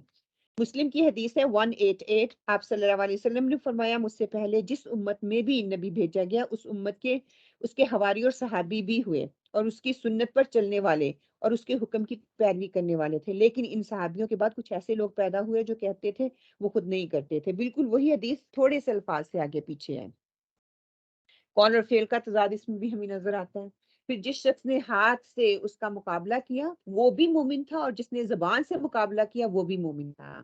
جس نے زبان سے جہاد کیا وہ بھی مومن تھا. تو کوئی برا کام کر رہا ہے تو ان تینوں چیزوں کا استعمال کرنا، وہ مومن ہے، اس کے دل میں ایمان ہے. اس کے علاوہ رائی کے دانے برابر بھی ایمان نہیں ہے. جس نے خاموشی اختیار کی اس کا مطلب اس کے اپنے اندر ایمان نہیں ہے. مطلب کہ یہاں پہ یہ فرض ہے کہ اگر کوئی غلط کام کر رہا ہے ہمیں بتانا ہے، وہ زبان کا استعمال کریں، وہ ہاتھ کا استعمال کریں، جو بھی کریں کر کے ان کو بتانا ہے. دین میں ایڈیشن دین کا حلیہ خراب کر دیتی ہے، بگاڑ کے رکھ دیتی ہے. اس کی مثال دیکھیں، میرے ہاتھ ہے، اس کی 5 انگلیاں ہیں، خوبصورت لگ رہی ہیں. اگر 4 ہوں گی تو میرا ہاتھ کیسا لگے گا؟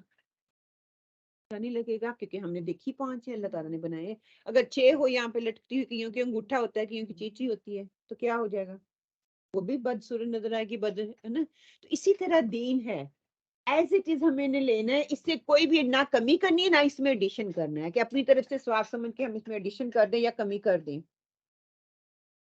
دیکھیں اس میں جو ہے نا کچھ نفس کی خواہشات ہوتی ہیں، انسان تب ایسے کام کرتا ہے. کچھ معاشرے کے اثرات ہوتے ہیں، معاشرے کے نوم بنے ہوئے ہیں، وہ چیزیں پشتی تو چلتی آ رہی ہیں اور ہم یہ سمجھتے ہیں یہ دین کا حصہ، اس لیے ہمارے بزرگ لوگ جو ہیں وہ کرتے رہے ہیں. اور کچھ چیزیں انسان جلد بازی میں بھی کرتا ہے، اس نے کیے تو میں بھی کر لوں، بغیر سوچے سمجھے ہم کرتے ہیں.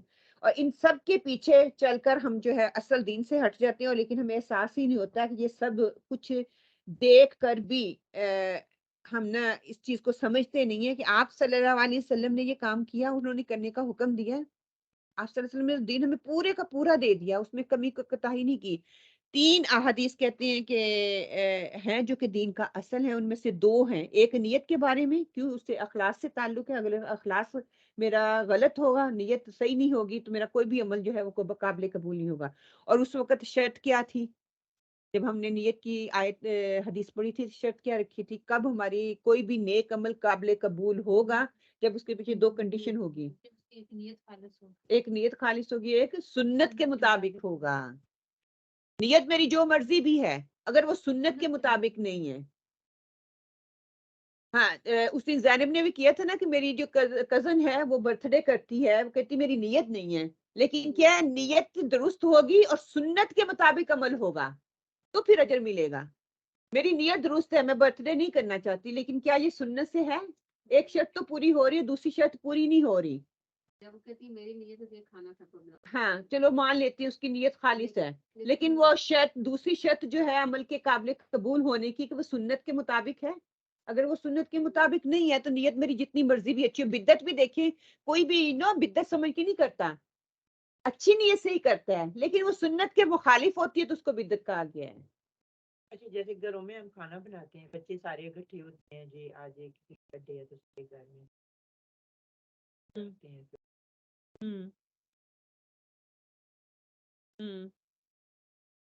یہ اب خود ہی دیکھ لیں نا. نیت یہی نا برتھ ڈے ہے. اگر یہی کہیں کہ میں اعلانیہ کہیں میں برتھ ڈے کی وجہ سے کھانا نہیں بنا رہی, آپ سب نے آنا ہے, میرے گھر آ رہی ہیں تو میں اس وجہ سے بنا رہی ہوں, لیکن پھر اسی دن پہ مسئلہ یہ ہے نا. ہاں ادھر سے دل سے تو میں کہے جا رہی ہوں, لیکن بچوں کو ان نونلی یہ چیز آ رہی ہے کہ اسی دن پہ ہو رہا ہے. اب میری 100 دفعہ کہیں ہمیں گفٹ لے کے دو, میں نے کہا میں لے کے دوں گی, کسی اور دن لے کے دوں گی, لیکن میں برتھ ڈے پہ نہیں لے کے دوں گی, جو مرضی ہے میں تو اونچی ہوں. لیکن یہ کہ اپنا تو ہم نے کر کے دکھانا ہے نا, دوسرا کریں پھر ان کی اپنی مرضی ہے, اللہ تعالیٰ بس دلوں میں ان کی اصلاح ڈالیں. اور دوسری بات بدعت کے بارے میں کہ وہ سنت کے خلاف لے جاتی ہے, پہلی نیت کے خلاف, دوسری سنت کے خلاف. اور عبادات کی قبولیت کی شرائط یہ رکھ دی گئی ہیں, خلاص اور اتباع رسول. اشہد ان لا الہ الا اللہ محمد الرسول اللہ, کیا کہتے ہیں, گواہی توحید, خالص نیت کریں. پھر کی تصدیق کیا ہوتی ہے, محمد الرسول اللہ, وہ بھی ہم کر رہے ہیں, لیکن سبحان اللہ کام ٹوٹلی اپوزٹ ہو رہا ہے. حدیث کا حاصل کیا ہے کہ دین میں ایجاد ممنوع ہے, بے شک نیت اچھی ہو یا دل خوش ہوتا ہے, ہو انسان کا دل اس کی طرف متوجہ ہوتا ہو, ایسی چیز جو ہے وہ ایڈیشن ہے, نہیں ہے, تو وہ بدعت میں آ جائے گی. کوئی بھی کام اچھی نیت سے کر لیا جائے تو اس کا یہ مطلب نہیں ہے کہ وہ قبول ہو جائے گی. اگر نیت خالص ہے, ٹھیک ہے, اچھی نیت سے میں کر رہا ہوں, لیکن وہ سنت کے مطابق نہیں ہے تو پھر نہیں ہوگا. مثال کے طور پر ہم کپڑے سینے کے لیے درزی کو دیتے ہیں نا, تو کیا ہوتا ہے کہ آپ سب کو بھی ایکسپیرینس ہی رہا ہوگا, جب درزی کو دیتے ہیں ایک ناپ ہوتا ہے کہ ایک پورے ناپ سے سین, تو کیا وہ اسی طرح سل کے نکلتے ہیں؟ اس میں کمی رہتی ہے نا, یا تو چھوٹا یا بڑا. یہی بدعت ہے, دین میں ایڈیشن, کمی یا زیادہ. ایز اٹ از ہم نے اسی چیز کو پورا فالو کرنا ہے. اگر ہم اس سے تھوڑی سی بھی کمی پیشی کر رہے ہیں تو وہ کیا ہے, وہ بدعت میں آ جائے گی. سنن دارمی اور سلسلہ صحیحہ کی روایت ہے جو میں آپ کے سامنے رکھنے لگی ہوں, کافی لمبی ہے, لیکن آپ اس کو غور سے سنیں اور ہمارے سارے سوالوں کے جواب اس میں ہے. سبحان اللہ, میں کہتی ہوں کہ کتنی خوبصورتی سے اور کتنی تفصیل سے حدیث ہے یہ. یحییٰ اپنے والد سے روایت کرتے ہیں کہ ہم صبح کی نماز سے پہلے عبداللہ بن مسعود رضی اللہ کے دروازے کے پاس بیٹھے ہوئے تھے. جب وہ باہر تشریف لاتے تو اکٹھے مسجد جاتے. ایک دن ابو موسیٰ اشعری ہمارے پاس آئے اور پوچھا ابھی تک ابن مسعود باہر نہیں آئے. ہم نے جواب دیا نہیں, تو ابو موسیٰ اشعری بھی ہمارے ساتھ بیٹھ گیا, یہاں تک کہ عبداللہ بن مسعود باہر تشریف لائے. یہ کہتے ہیں کہ عبداللہ بن مسعود کا ذکر کیوں آ رہا ہے, ابو موسیٰ اشعری بھی بہت بڑے عالم و مفسر تھے. عبداللہ بن مسعود کہتے ہیں کہ یہ آپ ان کے پاس انہوں نے بہت سی احادیث جو ہیں روایت کی ہیں. آپ صلی اللہ علیہ وسلم کی زندگی میں ہی انہوں نے بہت سی عالم تھے, اپنی زندگی جو تھی وقف کر دی تھی اللہ تعالیٰ کے دین کے لیے, آپ صلی اللہ علیہ وسلم کے لیے اور قرآن کے لیے. ابو موسیٰ نے کہا کہ اے عبداللہ بن مسعود, آج میں نے مسجد میں ایسا کام دیکھا جو اس سے پہلے کبھی نہیں ہوا, اور مجھے اس پر تعجب ہے, لیکن خیر مجھے وہ ایک اچھا کام لگتا ہے. عبداللہ بن مسعود نے پوچھا وہ کیا ہے؟ ابو موسیٰ نے جواب دیا, اگر آپ زندہ رہے تو خود دیکھ لینا, مطلب کہ مسجد تک چلو, زندگی رہی تو خود ہی دیکھ لینا.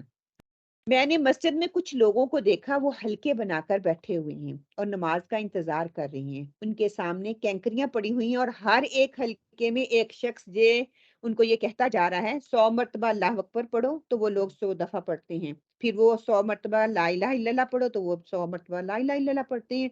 پھر وہی شخص کہتا ہے کہ 100 دفعہ سبحان اللہ پڑھو, تو وہ سبحان اللہ پڑھتے ہیں. عبداللہ بن مسعود نے کہا تم نے کیا کہا؟ تو انہوں نے کہا, ابو موسیٰ اشعری نے کہا, میں نے آپ کی رائے کے انتظار میں ان سے کچھ نہیں کہا, کہ عبداللہ بن مسعود آئیں گے تو وہ خود ہی بتائیں گے, مجھے تو بظاہر وہ اچھا کام لگا ہے. ٹھیک ہے. عبداللہ بن مسعود رضی اللہ تعالیٰ نے کہا تم نے ان سے یہ کیوں نہ کہا کہ وہ اپنے گناہ شمار کریں, اور تم نے انہیں ضمانت کیوں نہ دی کہ ان کی نیکیاں ضائع نہ ہوں گی. پھر وہ خود چل پڑے. ان کے ہمراہ ہم بھی چل پڑے, جہاں تک کہ عبداللہ بن مسعود جو تھے ان کے حلقوں میں سے ایک حلقے کے پاس گئے اور کھڑے ہو کر پوچھا تم کیا کر رہے ہو؟ انہوں نے جواب دیا, اے ابو رحمان, یہ کینکریاں ہیں جن پر ہم سبحان اللہ, اللہ اکبر اور لا الہ الا اللہ پڑھ رہے ہیں. عبداللہ بن مسعود نے کہا تم اپنے گناہوں کو گنو, میں اس بات کی ضمانت دیتا ہوں کہ تمہاری نیکیوں میں کوئی نیکی ضائع نہیں ہوگی جو کہ سنت کے مطابق ہوگی. یعنی اگر تم اپنے گناہ گنو گے اے امت محمد صلی اللہ علیہ وسلم، افسوس تم پر، تم کتنی تیزی سے ہلاکت کی طرف جا رہے ہو۔ ابھی نبی کریم صلی اللہ علیہ وسلم کے صحابہ کثرت سے تمہارے اندر موجود ہیں، اور نبی کے کپڑے ابھی پرانے نہیں ہوئے اور ان کے برتن بھی ابھی نہیں ٹوٹے۔ اس ذات کی قسم جس کے قبضے میں میری جان ہے، کیا تم ایسے طریقے پر ہو جو آپ صلی اللہ علیہ وسلم کے طریقے سے زیادہ ہدایت یافتہ ہے؟ یعنی کہ صحابہ نے آپ کے دور میں کبھی بھی مسجد میں بیٹھ کر اس قسم کی کوئی حلقہ، کوئی مسجد، کوئی محفل نہیں کی۔ گٹڑیاں پڑھنے والی یا چھوٹے چھوٹے گروپوں میں بیٹھ کے وظیفے کرنے والی انہوں نے کبھی اپنی زندگی میں نہیں کی، اور آپ صلی اللہ علیہ وسلم نے کبھی ان کو بتایا نہیں کہ ابھی تو ان کے کپڑے بھی میلے نہیں ہوئے، ابھی ان کے برتن بھی ویسے کے ویسے، تم لوگوں نے اپنی طریقے اختیار کر لیے۔ اور دیکھیں ابو موسیٰ اشعری کہتے ہیں میرا خیال ہے کام ٹھیک ہو رہا ہے، ہم بھی یہی کہتے ہیں قرآن خوانی کرنا غلط نہیں ہے، ٹھیک ہے قرآن پڑھ رہے ہیں، لیکن یہ خاص مخصوص ٹائم پہ مخصوص طریقے سے اور مخصوص مقدار میں پڑھنا وہ غلط ہے۔ وہ آپ صلی اللہ علیہ وسلم ویسے پڑھو، ویسے تو ہم نے ساری زندگی ہاتھ ہی نہیں لگانا، قرآن پڑھنا ہی نہیں ہے، لیکن کوئی فوت ہو جائے تو اس شخص نے بے شک ساری زندگی قرآن کھولا ہی نہ ہو، لیکن اس کے لیے 100 قرآن ہوئے۔ یا ایسے تو کہہ سکتے ہیں نا ان کو، جیسے کہ کئی لوگ یہ کہتے ہیں کہ چلو فضول باتیں جو کریں گے تو یہ گٹھلیوں پہ پڑ جائیں، ٹھیک ہے ایسے کہتے ہیں۔ جواب آ رہا ہے، ہاں یا پھر تم گمراہی کا راستہ اختیار کرنا چاہتے ہو، یعنی بدعت اختیار کر کے لوگوں نے عرض کیا واللہ یا عبد الرحمن ہمارا ارادہ اور نیت بھلائی کے سوا کچھ نہ تھی، ٹھیک ہے، ہم تو صرف خیر چاہتے ہیں کہ لوگ نیکی کا کام کریں، ادھر ادھر کی باتیں نہ کریں۔ تو مسعود رضی اللہ تعالیٰ نے کہا کتنے ہی ایسے لوگ ہیں جو نیکی کا ارادہ تو کرتے ہیں لیکن اس کو پا نہیں سکتے، اس پر پہنچ نہیں پاتے۔ رسول صلی اللہ علیہ وسلم نے یہ بات ارشاد فرمائی ہے کہ کچھ لوگ قرآن پڑھیں گے لیکن قرآن ان کے حلق سے نیچے نہیں اترے گا۔ اللہ کی قسم مجھے نہیں معلوم ہو سکتا ہے ان میں سے اکثریت تم لوگوں کی ہے۔ پھر وہ ان کے پاس سے اٹھ کر آ گئے۔ عمر بن سلمہ کہتے ہیں کہ ہم نے ان حلقے والوں کی اکثریت کو دیکھا، وہ نہروان کے دن خوارج کے ساتھ مل کر ہم پر نیزہ زانی کر رہے تھے، یعنی کہ بعد میں جو لڑائیاں ہوئی ہیں نا وہ ان کا حصہ بنے ہوئے تھے، جو دین میں نئی چیز ایجاد کرتے ہیں آہستہ آہستہ وہ دین سے اتنے دور ہو جاتے ہیں ان کو غلط اور صحیح کا اندازہ ہی نہیں رہتا۔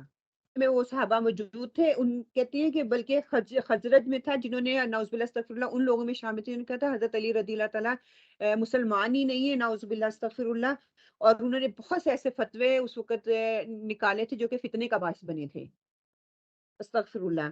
اور کہتے ہیں کہ نعوذ باللہ استغفر اللہ ایسے لوگ جو ہیں ان کی نہ نمازیں قبول ہوتی ہیں، نہ ان کا قرآن پڑھنا قبول ہوتا ہے، نہ ان کی نیکیاں اور نہ توبہ قبول ہوتی ہیں۔ اب دیکھ لیں پھر ہم چھوٹی چھوٹی چیزیں اسی لیے کرتے ہیں لوگ باتیں نہ کریں، پہلے تو طریقہ یہ لوگوں کو نالج دینے کی ضرورت ہے، اتنی دیر بیٹھے نہ کہ ادھر ادھر کی باتیں کرنی پڑے، کیوں کہا گیا 15 منٹ 20 منٹ آدھا گھنٹہ زیادہ سے زیادہ، ٹھیک ہے، کتنی دیر بندہ خاموشی کے ساتھ دوسرے کی تعزیت میں شامل ہو سکتا ہے، 2 4 باتیں کریں، ان کو ان کی تعزیت کریں، ان کے دکھ میں شامل ہوں، ان کو آفر کریں، اور ٹھیک ہے دس از فار یو، آپ بیٹھو کیونکہ آپ پہ تکلیف آئی ہے، لوگ آ رہے ہیں جا رہے ہیں، ٹھیک ہے، ہم تو کہتے ہیں ہم نے دھرنا ڈال کے اٹھنا ہے، ان کو تکلیف دے کے اٹھنا ہے، صبح بھی چاہے شام بھی چاہے، دوپہر کا بھی کھانا شام کا بھی کھانا، رات کی کوئی پرواہ نہیں، سونا ہے کب اٹھنا ہے، کسی کو نماز کی کوئی نہیں ہے، کوئی اٹھ کے جائے تو تب بھی مرتا ہے، نہ جائے تو تب بھی مر رہے ہیں، اتنی ہمت ہی نہیں ہے کہ میں کہوں کہ میری نماز کا ٹائم ہے آپ بیٹھے رہو میں جا رہی ہوں، کہ نا ہم اس کے لیے آئے تھے جو اٹھ کے نماز پڑھنے کے لیے چلا گیا۔ اور یہ دیکھ لیں کہ نیت جو ہے نا وہ اچھائی کے لیے ہی ہوتی ہے، انہوں نے بھی یہی کہا تھا واللہ ہی ہماری ارادہ یہ نہیں تھا کہ ہم آپ صلی اللہ علیہ وسلم کے خلاف جائیں، ہم تو اچھا کام کرنا چاہتے تھے۔ ہمیں بھی کئی لوگ کہتے ہیں اچھی بات ہے لا کے گٹلیاں رکھ دو، پتہ یہ سیدھا کینکریوں والی سیدھی، میں کہتی ہوں کیسے ٹھا ٹھا جواب ملے ہیں ہر چیز کا، اس کے باوجود ہم اس کو اب رد کرنا چاہیں تو یہ ہماری اپنی پہنچ ہے، اور اس کی اصلاح ہم نے کیسے کرنی ہے اتنا آسان کام نہیں ہے، مشکل ہے۔ اچھا ایک اور چیز جیسے کہ کوئی لمٹ نہ رکھے، ٹھیک ہے، جو آیا سیما آئی، آپ جو بھی پڑھنا چاہتے ہو قل اللہ احد، 10 بار 20 بار 30 بار، یہ ہے جو چلا گیا دنیا سے بچ تو ہے۔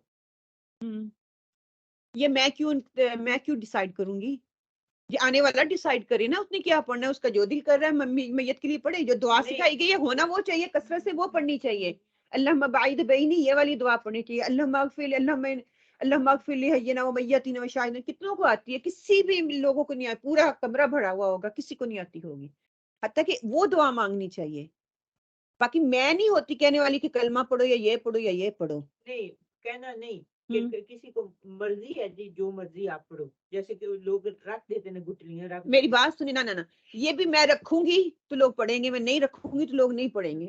کزما کے دیکھیں کہہ رہی ہوں ہمیں نالج دینے دین دینے کی ضرورت ہے نا. ہم دین سے اتنا دور ہٹ چکے ہیں، ہمارے لیے وہ چیز مشکل بن گئی ہے. اب جن کو سمجھ آ رہی ہے نا ان کے لیے یہ دین کو سمجھانا مشکل ہو رہا ہے، ان کے لیے مشکل کھڑی ہو رہی ہے. گھر والے کیا تھے، ان کو کیا ضرورت تھی آنے کی، خالی منہ دکھانے کے لیے آئے تھے. یہ میرا اس کو آنا ہی نہیں چاہیے تھا. اگر اتنی لیکن وہی باتیں کرتے وہ دیکھیں نا ہمارے اللہ جل نصیب کے جب ابو فوت ہوئے نا تو کوئی فیملی آئی تو اوبیسلی نہ گٹکیں تھی نہ قرآن تھی نہ ویسی ہلچل تھی. ہمارے تو کہتے ہیں گھر جا کے میرے میاں کو فون کر کے اس کا میاں کہتا ہے کہ لگتا ہی نہیں تھا کہ سعدیہ کے ابو فوت ہوئے ہیں، کہ ویسا رونا دھونا نہیں تھا، کوئی گٹکیں نہیں تھی، کوئی کچھ ہی لگ ہی نہیں تھی. یہ فوتی والا گھر ہے.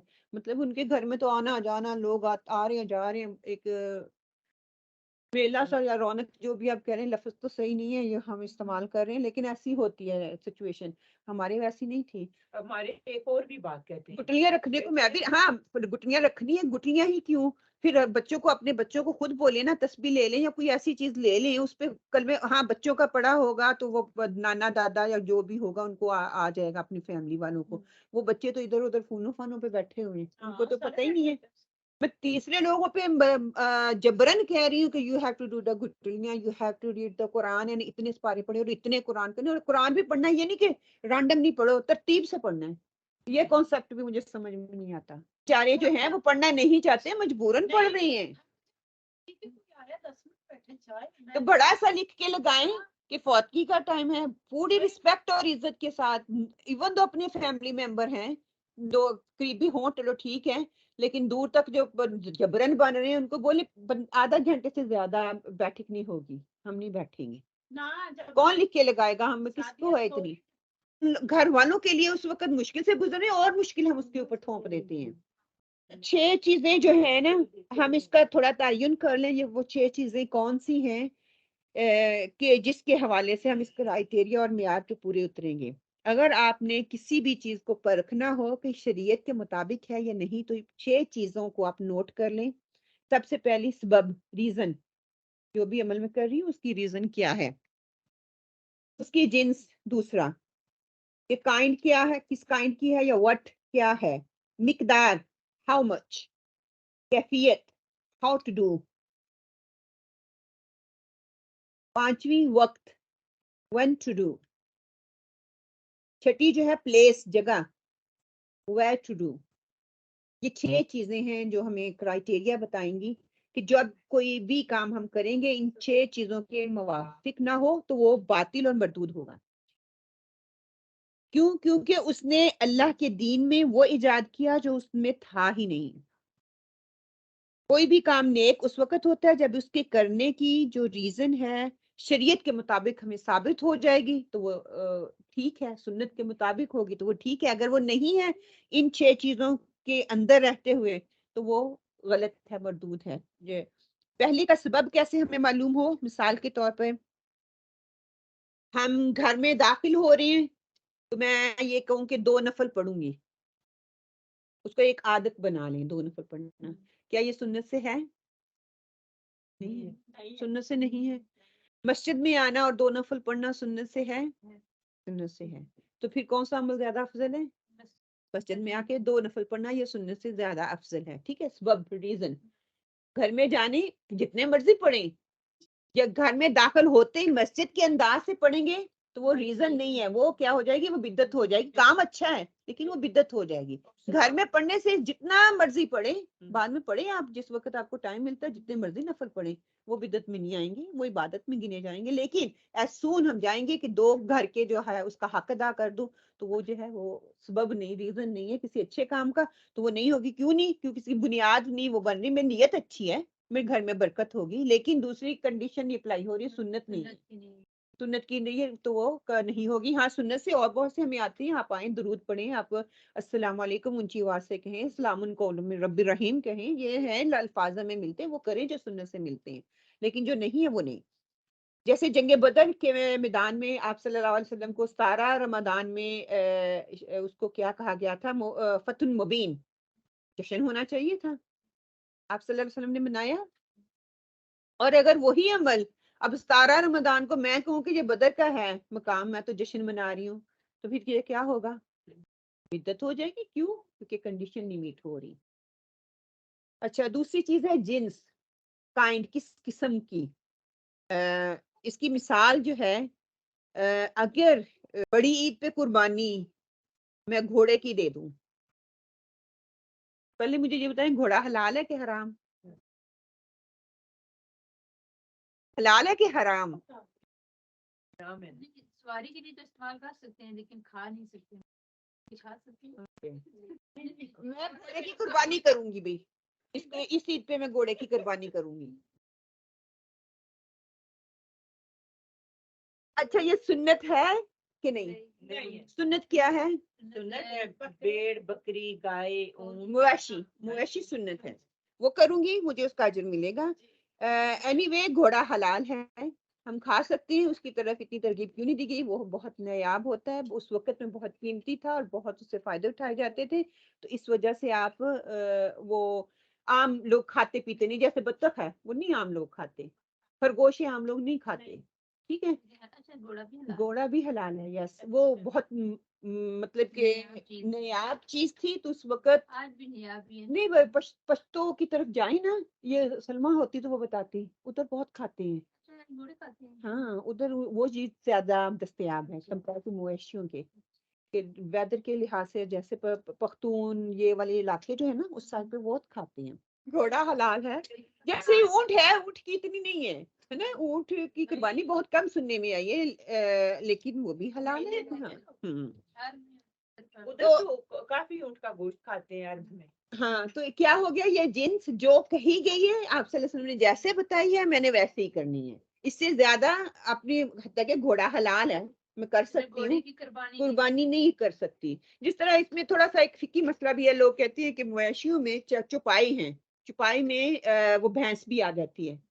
ٹھیک ہے، کئیوں نے اتنا اب فتنہ اٹھا دیا، بھینس کا لفظ استعمال نہیں کیا. بھینس کا لفظ استعمال جہاں پہ مویشیوں کا لفظ استعمال ہو گیا، 4 ٹانگوں والے، تو جتنے بھی 4 ٹانگوں والے ہیں پھر وہ حلال ہے. تو پھر وہ کہتے ہیں گدھا بھی اس میں آ جاتا ہے.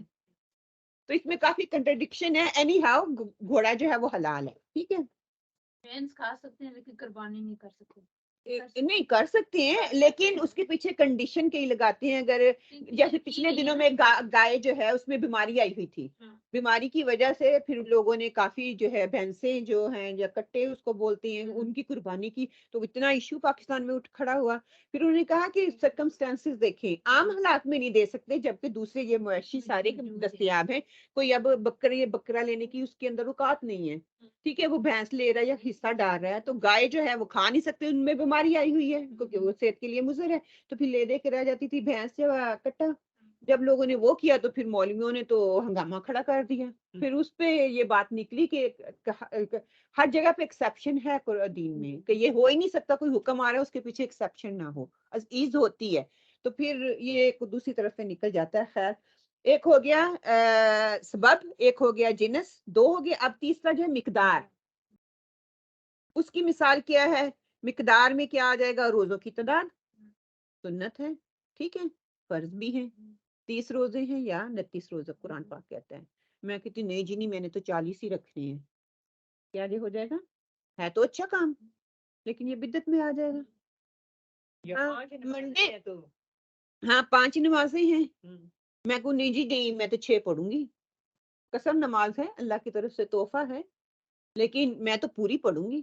یہ کیا ہو گیا؟ آپ صلی اللہ علیہ وسلم نے اسٹرکٹلی کہا کہ قصر نماز پڑھنی یہ اللہ کی طرف سے تحفہ ہے. نعوذ باللہ، میں کون ہوتی ہوں اللہ مجھے تحفہ دے رہا میں اس کو ریجیکٹ کروں؟ نہیں بھی میں نے پوری پڑھنی ہے. اچھا میں اتنا آرام محسوس کرتی ہوں جب خوشی ہوتی ہے ہاں کہ اللہ کی طرف سے تحفہ ملا، وائی ناٹ.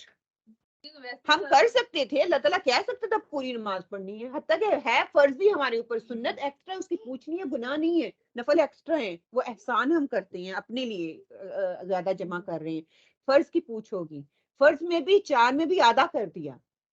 کس کے لیے؟ اللہ تعالیٰ کی رحمت ہے نا ہم پہ کہ سفر میں مشقت کا سفر ہے، تکلیف دہ ہوتا ہے، تو اس میں آسانی ہمارے لیے رکھ دی. اور پھر بھی میں اٹھ کے کہوں نہیں میں نے تو سنتے بھی پڑھنی، میں نے نفل بھی پڑھنی. تو یہ کیا ہے؟ یہ سنت نہیں ہے. اچھا اسی طرح زکوٰۃ کو آپ لگا لیں، نماز لگا لیں، وضو نماز کی اب 4 رکعتیں 4 فرض میں کو نہیں جی نہیں میں تو 6 پڑھوں گی. جیسے وضو کرنے 3 دفعہ 1 دفعہ یا 3 دفعہ ٹھیک ہے میں کو نہیں میں 4 دفعہ کروں گی اچھی طرح سے دھل جائے یا 5 10 دفعہ. بار کروں. ہاں تو یہ ساری کیا ہے مقدار کو بڑھانا یا کم کرنا دونوں ہی جو ہے وہ میعاد پہ پورا نہیں اترتے تو وہ غلط ہو جائیں گے. پھر کیفیت ہے کہ کوئی عمل کرنا ہے لیکن وہ کیفیت شریعت کے مخالف ہے تو وہ بھی قبول نہیں ہوگی.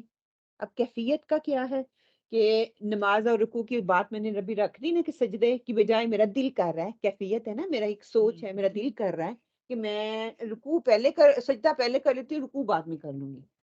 آرام سے بیٹھ کے پہلے سجدہ کر لوں پھر میں اٹھتے ہوئے رکوع کر لوں گی آسان ہو جائے گا نا پھر سیدھی کھڑی ہو جاؤں گی. اب نیچے ہو کے پھر میں سجدے جاؤں پھر میں اٹھوں میری کیفیت ایسے ہے لیکن میری کیفیت پہ دین نہیں ہے. جیسے مجھے بتایا گیا میں نے ویسے ہی کرنا ہے. اگر میں نہیں کروں گی تو وہ باطل ہے وہ مردود ہو جائے گا.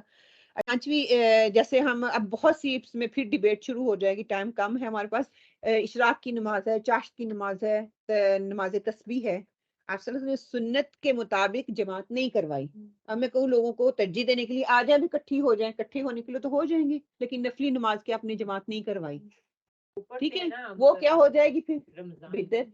جب میں لوگوں کو کہوں گی یہ بدعت ہے کوئی ماننے کے لیے تیار ہوگا نہیں ہوں گے. تو یہ کیا ہے اپنی طرف سے لگا لینا ہے. پھر 5واں وقت کہ شریعت کے موافق ہونا ضروری ہے اگر نہیں ہوگا وقت تو وہ نہیں ہوگی. فار ایگزامپل مجھے ریسنٹلی اب کسی نے سوال پوچھا تھا کہ باجی اگر میں کام پہ ہوں ظہر کی نماز کا ٹائم نہیں ہوا جیسے ہی شروع ہوتا ہے یہ بھی ایک دیکھو اسی وقت جو ہے ظہر کی نماز کا ٹائم شروع ہوتا ہے ادھر سے میری بریک ختم ہو جاتی ہے تو میں کیا 10 منٹ پہلے نماز پڑھ سکتی ہوں. تو 1 سیکنڈ بھی ہوگا تو پہلے نماز نہیں ہوگی وقت کے نہ ساتھ پہلے نہ بعد. وقت کی کیوں تعین کیا گیا اس کے پیچھے کنڈیشنز ہیں ایکسیپشنز ملتی ہیں اکٹھی کر کے بھی پڑھی جا سکتی. سفر پہ ہیں تو دیکھو اثر سے پہلے پڑھ لیتے ہیں اثر کی نماز جب جوائن کر کے پڑھتے ہیں. آپ صلی اللہ علیہ وسلم نے سفر پہ تھے حج کے دوران پڑھی ہے نا اس کی عام حالات میں بھی جب سفر پہ ہوتے تھے ان کو جوائن کر لیتے تھے لیکن جب میں نارمل حالات میں ہوں پھر میں نہیں کروں گی. کنڈیشن ہے بھئی رات کو جو ہے عشاء کی نماز قضا ہو رہی ہے اور اباؤٹ 11 o'clock ہماری ہوتی ہے صبح پھر 5 بجے اٹھ کے میں نے کام پہ جانا ہے اور اسپیشلی خاص طور پہ روزوں میں تراویح بھی پڑھ رہے ہیں باقی بھی کر رہی ہیں ہمارے اسپیشلی یہاں پہ سمر کی نمازیں بہت لمبی ہوتی ہیں اور پھر میری فجر بھی قضا ہوتی ہے. کئی دفعہ اگر عشاء پڑھوں گی تو فجر قضا ہوتی ہے اگر فجر پڑھتی ہوں تو عشاء قضا ہوتی ہے تو پھر اس میں بہتری کیا ہے مغرب کے ساتھ اس کو پڑھ لو. کنڈیشن ہے اس کے پیچھے ریزن ہے تو ہمیں بتایا گیا دین نے بتا دی ہے جنہوں نے کام پہ جانا ہے مشکل ہے صبح اٹھنے کے لیے وہ اس کو جوائن کر کے پڑھ لیں رادر دین قضا کرنے کے سنت کو فالو کر لیں. اور اگر میں عام حالات میں کر رہی ہوں تو پھر نہیں ہے تو یہ ہو جائے گا. یا پھر میں کہتی ہوں کہ بھئی نہ ہم دیکھیں کہا گیا روزہ پہلے کھول سکتے ہیں نہ بعد میں. اس کا جو ٹائم مقرر ہے جلدی کہا گیا ہے کہ اس کو اس میں جلدی کریں ٹائم جب آ جاتا ہے. اسی طرح میرا دل ہے میں نے عمرے پہ جانا ہے یا میں حج پہ جانا ہے میں 2-3 دن پہلے ہی احرام باندھ کے شروع بھی میں تیار ہو رہی ہوں احرام باندھنے کی نیت کر کے گھر پہ چلتی پھر تو وہ کیا غلط ہے. ہمیں کہا گیا اس کے لیے مطاف ایک مقام مقرر کیا گیا ہے اس سے پہلے یا بعد میں کروں گی تو وہ ٹھیک نہیں ہے. اس طرح آپ نام لے لیں so many things you can انشاءاللہ آہستہ آہستہ نکلتی آئیں گی. اسی طرح پھر چھٹی چیز جو ہے وہ جگہ ہے. اس میں کیا ہے کہ موافقت ضروری ہے اگر نہیں ہوتی تو وہ نہیں ہوگا. اس میں ایک چیز جو کہ بہت ڈیبیٹنگ ہے وہ رکھ دوں اتقاف. اتقاف کے لیے اسپیشلی کہا گیا مسجد میں ہی اتقاف ہوگا گھروں میں نہیں ہوگا. بہترین مثال مسجد نبوی پاس تھی حجرے ساری ازواج کے ساتھ تھے اگر وہ چاہتے اپنے حجروں میں رہ کے اتقاف کر سکتی تھی لیکن نہیں اجازت ملی. آج ہم کہتے ہیں میں اتقاف گھر پہ ہاں وہ عبادت کہہ لیں خلوت کی عبادت میں کرنا چاہتی ہے اس کو اتقاف نہیں کہہ سکتے. پاکستان میں تو اب یہ رواج ہی ہے ہر کمرے میں ہاں تو یہ ہم ان کو ڈسکریج تو نہیں کر سکتے لیکن اتقاف کے لیے جو شرط ہمیں بتا دی گئی جو آپ صلی اللہ علیہ وسلم کی سنت ہے وہ مسجد میں ہے ٹھیک ہے. ہاں میں گھر میں خلوت کر کے نماز ذکر و اذکار میں زیادہ اچھی خشوع سے ہوتا ہے تو کرے اس کو اتقاف کا نام نہ دیں لیکن کچھ وقت مختص کر لیں. تبھی کیا کہا گیا نا کہ صبح کو اٹھیں آپ کہیں میں نے آج اتقاف کرنا ہے میں نے اپنے آپ کو تھوڑی دیر کے لیے مختص کر کے ایک جگہ پہ رکھنا ہے. اتقاف کا مطلب ہے اپنے آپ کو الگ تھلگ کر لینا دوسروں سے ٹھیک ہے وہ ضروری نہیں ہے لیکن یہ اس کا حق جو ہے وہ مسجد میں ادا ہوگا. پھر آپ صلی اللہ علیہ وسلم جیسے اور اس میں جگہ میں کیا چیزیں آ سکتی ہیں، جیسے احرام کے لیے ہی لگا لیں، آپ صلی اللہ علیہ وسلم نے کہا کہ مطاف یہ چیزیں متعین کر دی، اور میں کہوں کہ میں نہ اس سے تھوڑا آگے جا کے کرتی ہوں، یہ کیا ہو گیا، جگہ متعین کر دی گئی۔ اس میں ایک حدیث بھی ہمیں ملتی ہے کہ صحابی آپ صلی اللہ علیہ وسلم کے پاس آئے، اور آپ صلی اللہ علیہ وسلم کے بعد کی بات ہے کہ آئے اور انہوں نے آ کے کہا، تو ان کو کہہ دیا گیا تھا کہ کیا تم آپ صلی اللہ علیہ وسلم کے بتائے ہوئے طریقے سے بڑھنا چاہتی ہو، کہ وہ کہہ رہے ہیں میں زیادہ پہلے احرام باندھ لوں گا تو مجھے اس کا ثواب زیادہ ملے گا، نہیں، جو آپ صلی اللہ علیہ وسلم نے کیا کہا ہم نے وہی کرنا ہے، جو آپ صلی اللہ علیہ وسلم نے نہیں کہا وہ ہم نہیں کریں گے۔ ایک اور چیز بھی آ جاتی ہے نا، جیسے ہمیں حج والے دن میدان عرفات میں جانا پڑتا ہے، ہاں تو کوئی بیٹھا نہیں نا مینا میں، ہاں، تو پھر کو ہو جائے گا اس کا؟ نہیں ہوگا، تو ہر چیز کا ایک متعین وقت ہے، اس کی ریزن ہے کس جگہ پہ کس ٹائم پہ کتنا کرنا ہے، کس وقت پہ کرنا ہے، یہ ساری 6 چیزیں اگر ہمیں زبانی یاد ہو جائے نا تو ہم اس کرائٹیریا میں اس چیز کو فٹ کر کے دیکھ لیں، پھر دوسری شرط خالص نیت ہو اور یہ سنت کے مطابق ہو تو مطلب ہمارا کامیاب ہے انشاءاللہ۔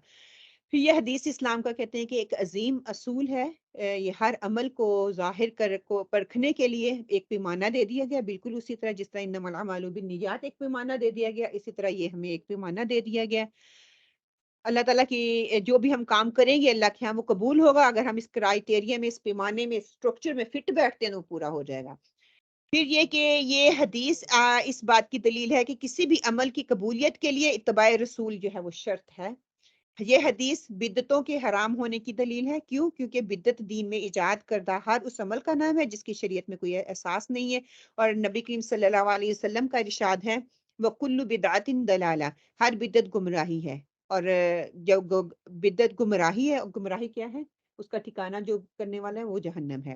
یہ حدیث اس بات کی دلیل ہے کہ دین اسلام مکمل ہو چکا ہے، اب اس کا میں اضافے کی کوئی گنجائش نہیں ہے، ہم اپنی طرف سے نہیں کر سکتے۔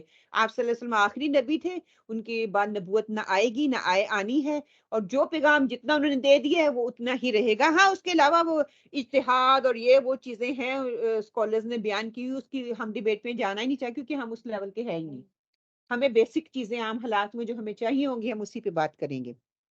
ہر بدعت مردود ہے، لہٰذا بدعت حسنہ بدعت سیئہ کی تقسیم باطل ہے۔ جن لوگوں نے بدعت کی 5 قسمیں جو ہے کر چکی ہیں، یہ واجب ہے، یہ مباح ہے، یہ حرام ہے، یہ مکروہ ہے، ان لوگوں کی تقسیم بھی کہتے ہیں یہ غلط ہے۔ اور اس حدیث سے معلوم ہوتا ہے کہ نبی کریم صلی اللہ علیہ وسلم اپنی امت کے لیے نہایت شفیق، مہربان اور ہمدرد اور خیر خواہ تھے۔ اسی بنا پر آپ صلی اللہ علیہ وسلم نے اپنی امت کو ہر اس چیز سے آگاہ کیا، خبردار کر دیا جو مال کی بربادی اور عدم قبولیت کا سبب ہو سکتے ہیں۔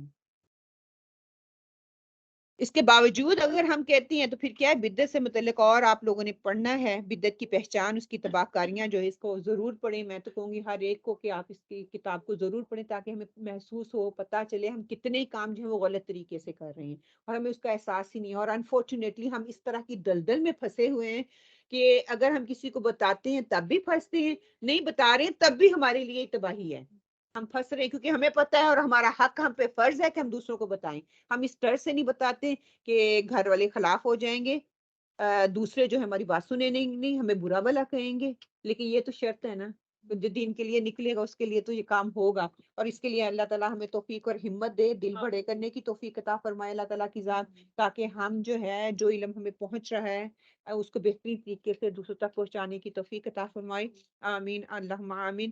ربنا تقبل منا انك انت السميع العليم وتب علينا انك انت التواب الرحيم، وقولوا قولي هذا واستغفر الله لي ولكم، آمين اللهم آمين۔